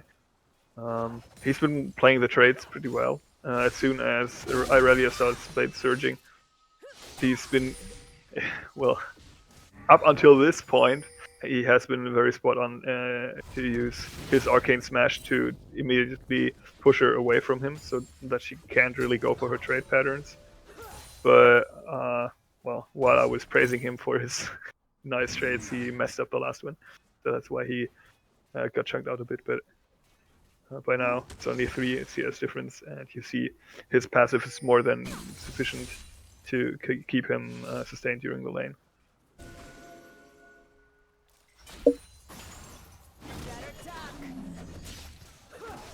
So Valkyrie's actually gonna play it here. He's taking damage, but boring. I'm very sad. Looks like he's gonna go in. Never mind. Gets rooted up. Max walks away. It's a boring engage. Yeah, both junglers haven't really found too much of an opening.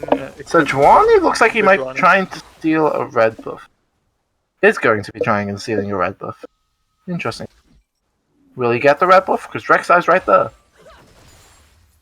Oh, I think they see him. No. Actually, just gonna leave it. I think Rek'Sai knew what was happening. Actually, guess the Emperor's Divide. The Shurima Shuffle puts the Orianna into tower range, and Orianna will die for it. The Shockwave, the Flash, and the heal all used to very little avail. But down in the bot lane, Enquix is going below. He's going to have the explosive charge on him. He's only going to go down to about 200 HP, so not worth a flash from Macri trying to get the last few autos in. The employee says, "You took my red, well I'm going to take your life!" The Shadow Soul is going to be falling. Actually, Kilgret goes down over to Max, and that'll be the blue buff getting over to the side of KIT. Down the bot lane, Enquix is staying, but he's only on about 320 HP. But Music Cube's going to get a beautiful death sentence there onto Valkyrie. He's going to use his rocket jump to get away, but still going to take a bit of damage.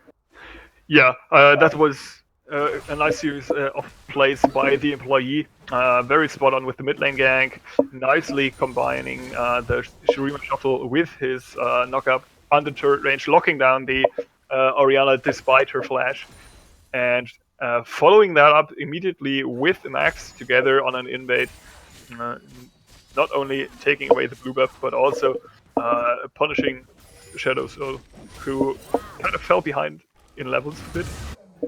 Still only level 5, even after picking up his second red buff. And I think we got to see the potential of the duo of Rek'Sai and Maokai, and of the combination of Azir and Rek'Sai. Because Azir has enough CC, and Maokai has more than enough CC to enable Rek'Sai to actually deal her damage. And we see Rek'Sai picked as a damage source more than anything, especially during the early mid game, because Shadow Soul goes in on Chicken Chow Kane, but won't you be using that Glacial Prison, just putting down a bit of damage. The Glacial Prison actually dodged out by just using the Twisted Advance. Magiager going down to very low, he's actually going to just die. Shadow Soul, he's going to have to retreat. Very well played there by KIT, also picking up the Infernal Drake using their bomb, if you remember. Sorry to correct you, but that's the University of Nottingham. That's UN going for right. Otherwise, right. No, I'm gone. Sorry. No, I told you my mind is completely blank. But yeah, that's University of Nottingham making those proactive plays, and the employee could be looking for another one. Yeah, but he's been sitting on a ward. He's been spotted by KIT.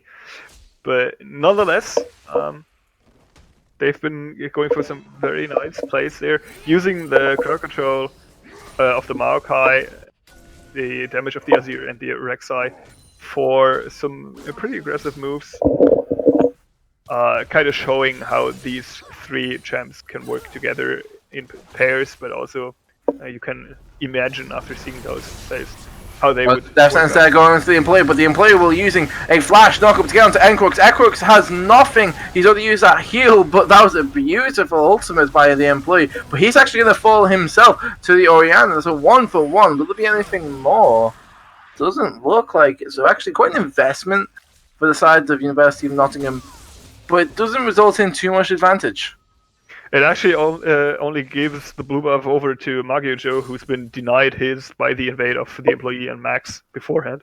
So I think the net benefit is over on KIT. Oh, Music Cube's actually going to get engaged on. He's going to use that Demon Sentence, but he's going to get stunned up by the Braum passive. Ignite goes down. Rocket Jump actually will not get in range because of the flash away from Music Cube. He's going to live. The Maokai ultimate is going to be trying to survive. Amber Z going down to very little health. He's going to use Twisted Advance. He's going to take a tower shot. The sapling from the brush is going to slow him. And there's now 3 people wanting his blood. Chicken Chow King is going to get that very last auto attack. Yeah, and we kind of see what Maokai can do if he's snowballing ahead. Because the way Maokai starts snowballing, or how the snowballing of Maokai works, is he actually gets a lot of damage simply by leveling up his abilities. He has a lot of base damage and percentage damage on them. And if he can freely use his sustain to his passive, he's actually able to deal with the Aurelia, who is right now at a very significant power trough, where she kind of needs to complete the Trinity Force, but then gets a very strong power spike. So she's just at this point in the game where Maokai has a lot of high damage basic abilities, and she has weak items that she's sitting on, and Max has been able to punish this very short item window very well, going for this 1 versus 1 and picking up the kill.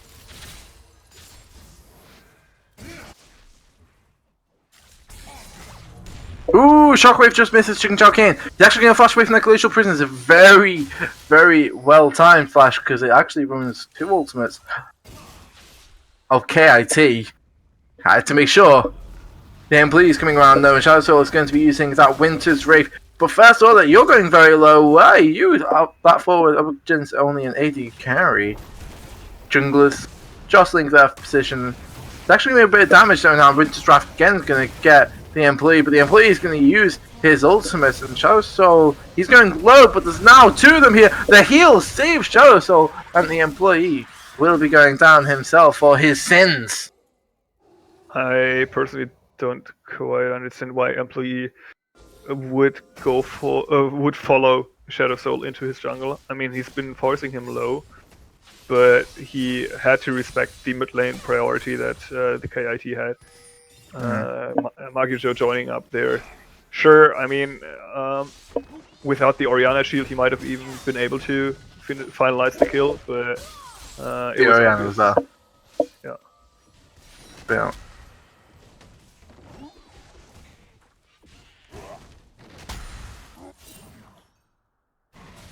But now, previously the game was actually pretty open and even, but now 30 Force is complete for Aurelia, so she'll be having a much better time in the top side. And Sejuani managed to save off the aggression coming out of the employee.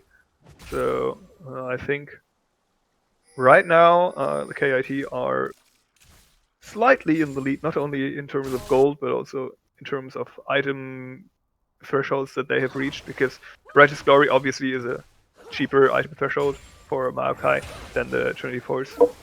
But also you gotta think, the Infernal Drake on the side of Nottingham, there's a lot of stats by itself. Just Death Sentence that onto First Order, all he's gonna do is take an also attack and he's gonna be able to escape.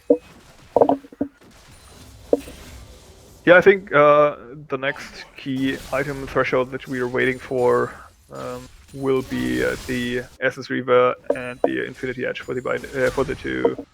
Guys, they have enough gold, I believe, to actually probably make a dent in those item purchases. I think Silver's only a few hundred gold, if any, away from that Essence Reaver. But, whew, I'm dying on stream. That's great.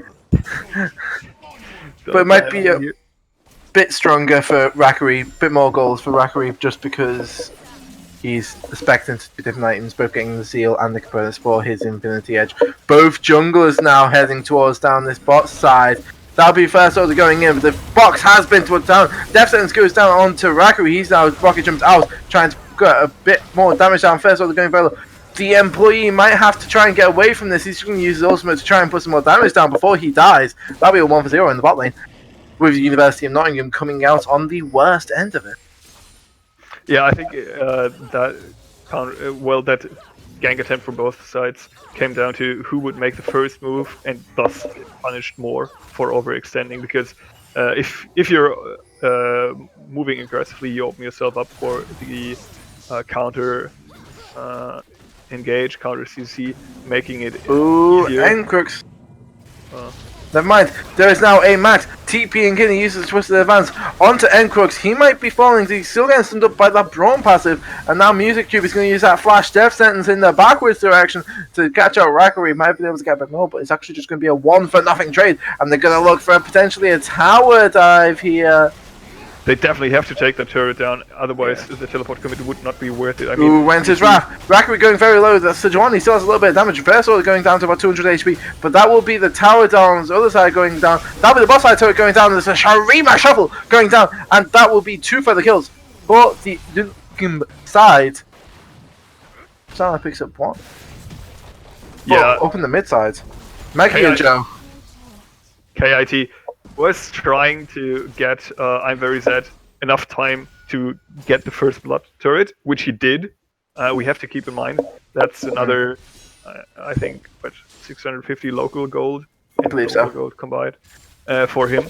So they are putting all their eggs into the I'm Very Zed basket, which should work out if you consider how the last game was playing out in the end.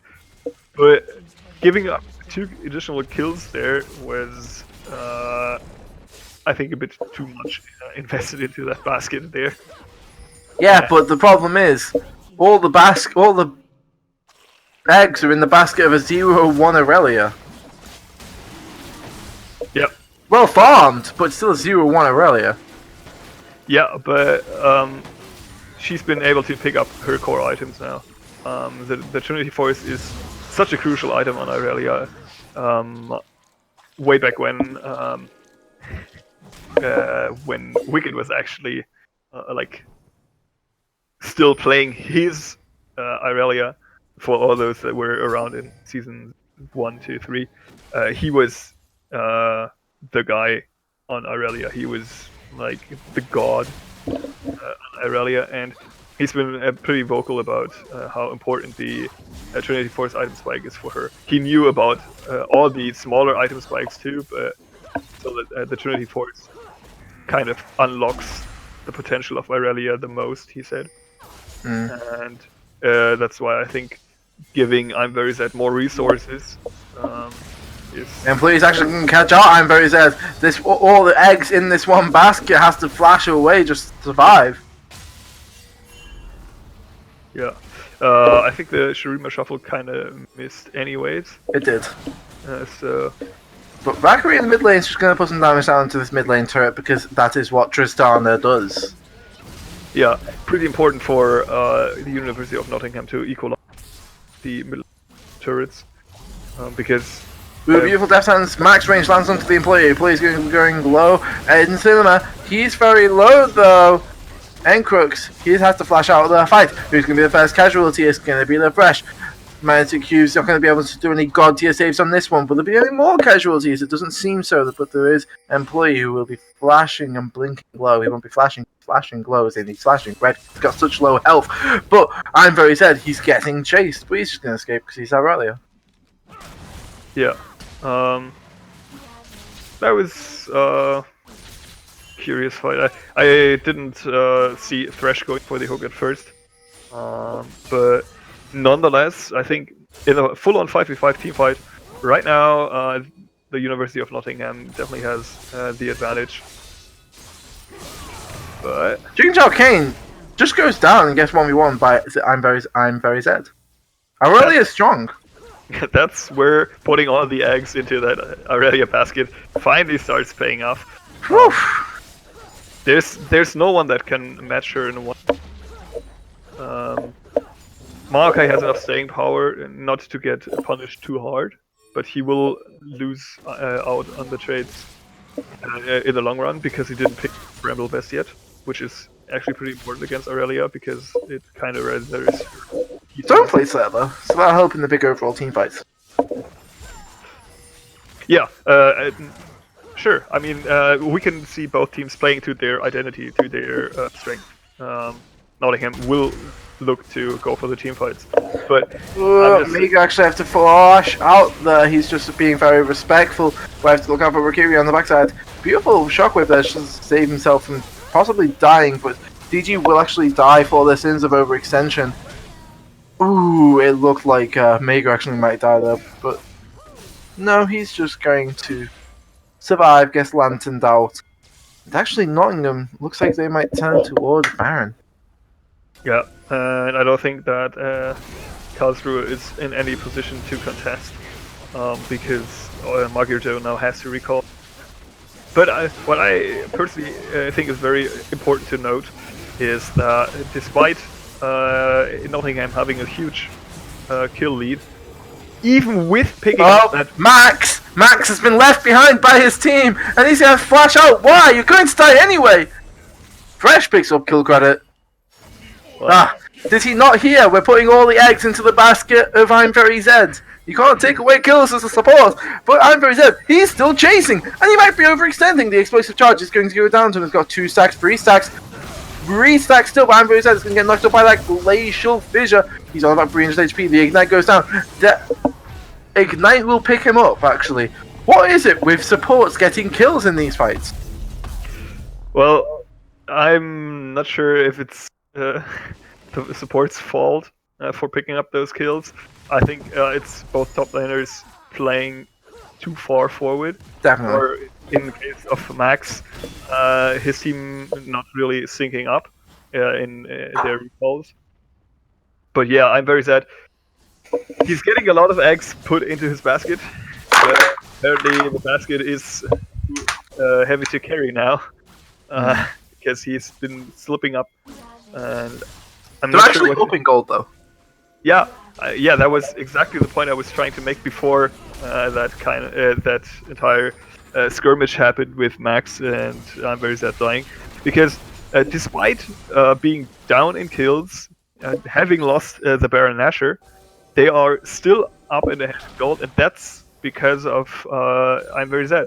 Because he's been picking up those side lane turrets, they're up into turrets, and they also have 70 additional farm on that Aurelia compared to the Maokai, as well as 50 or 40 additional CS on their AD carry. So they are playing the side lanes pretty well. They are doing an okay job at avoiding team fights, but you see nice rotation there, actually. Nottingham is getting. Nice rotation to actually make sure they pick up that tower, but Max is going to pop up that stone plate just to get everyone help for the fight that's about to come. Shadowsoul won't actually be able to get his ultimate off at all in this fight. Oh wait, no, I think it just completely missed. I didn't see where it went. But Magagio is going to have his shockwave available if he wants to use it. Going to be fall back to a tower defense. Shadowsoul goes down, but they're going to have to try and just shockwave clear waves.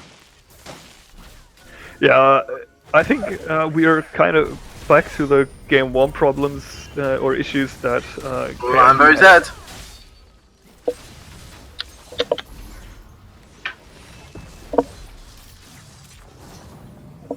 Both teams Oh, it's actually going to be engaged there from Max. He's going to be using his Twisted Advance, but he's just going to be back off straight away. Shurima Shuffle actually catches. No, and the Chicken Chow King is going to be getting shut down. I don't think that the Shockwave was very much needed there, but it's there just to make sure. Magagio is just going to try and get slow. It's going to be a flash hook that actually just lands onto the wrist collar. But first of all, he's going to go down. Very said he's going to be very low. He's not very tanky. He's got a very squishy build. He actually falls. The Oriana will be next. Twisted Advance catches that one.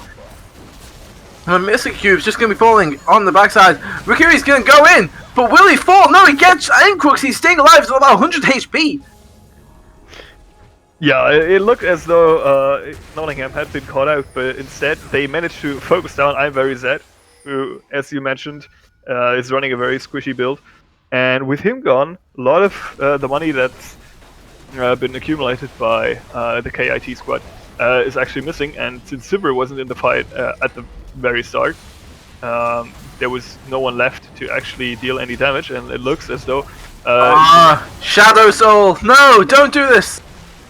There's actually a blue side turret that actually goes down the inner bot side turret goes down in favor of Nottingham. Yeah, Nottingham also taking on the mid lane inhib turret, and that's finally pulling them ahead pretty significantly in terms of gold.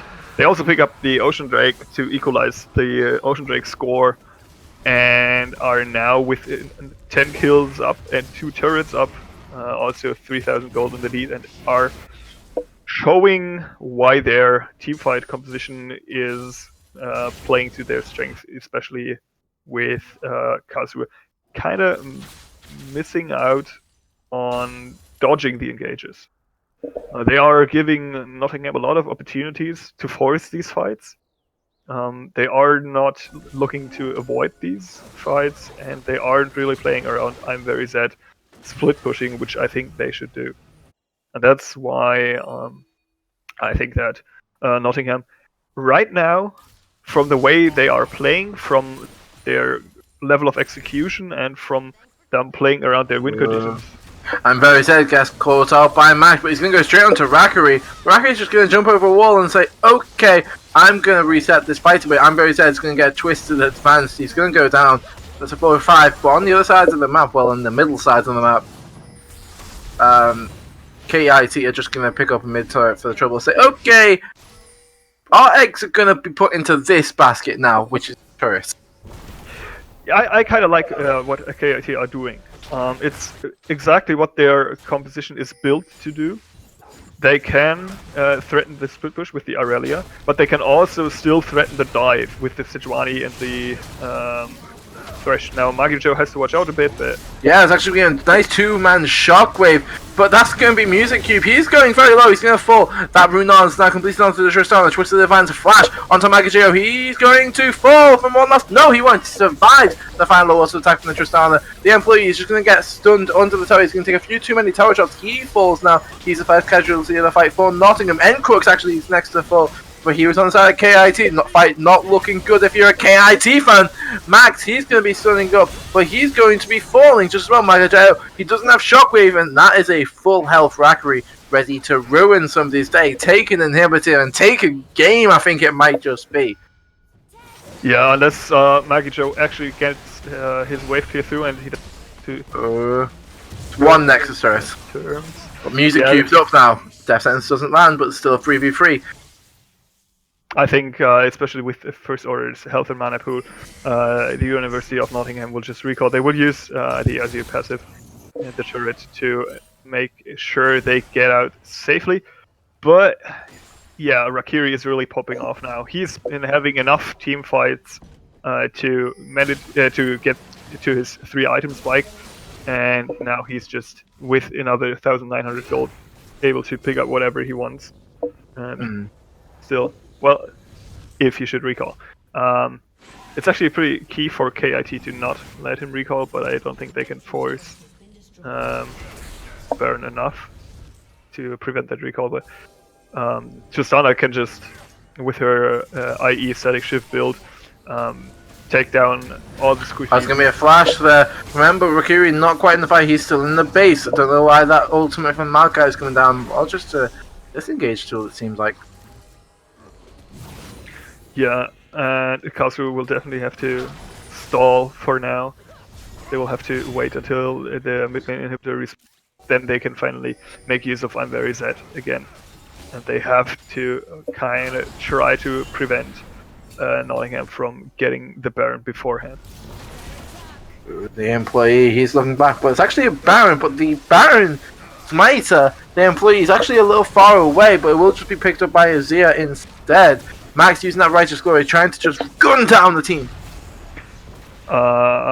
Personally, Shadow Soul churning there kind of indicates to me that Karlsruhe, that the KIT squad, still has the wrong mindset going into these fights. Because with a combined 5-man squad of Nottingham and their split pushers still sitting on the side lane, they don't want to look to engage proactively with the Sejuani. They should try to kite, stall for time, and not lose half the HP. And Crooks goes to about half, yeah. They should stall and kite and wait for I'm Very Zed to get backline access through his teleport and go for the engage with Shadow Soul. Shadow Soul getting a bit tanky now. Death Sentence will land onto First Order. He flashes away instead of just using the Glacial Fissure. But Shadow Soul is actually pushed back into his team. The Shockwave that actually lands onto Chicken Chow Kane, he will go down. Actually, no, he's very marginally lived. Maggie Ijo goes down the front line. Max going to the next target. Will they be able to live? Encrook's full health still, but so is Rakiri, who has the most damage. First Order taking a bit more. It's 2 for 2. No, 2 for 1, because Chicken Chow Kane didn't die, like I said. Yeah, Chicken Chow Kane hanging by on the edge of his, with the skin of his teeth, and I think no, the inhibitor isn't respawned in the mid lane yet. But the Super Minis were still putting a lot of pressure onto the Nexus turrets, which forced KIT to respond to that threat.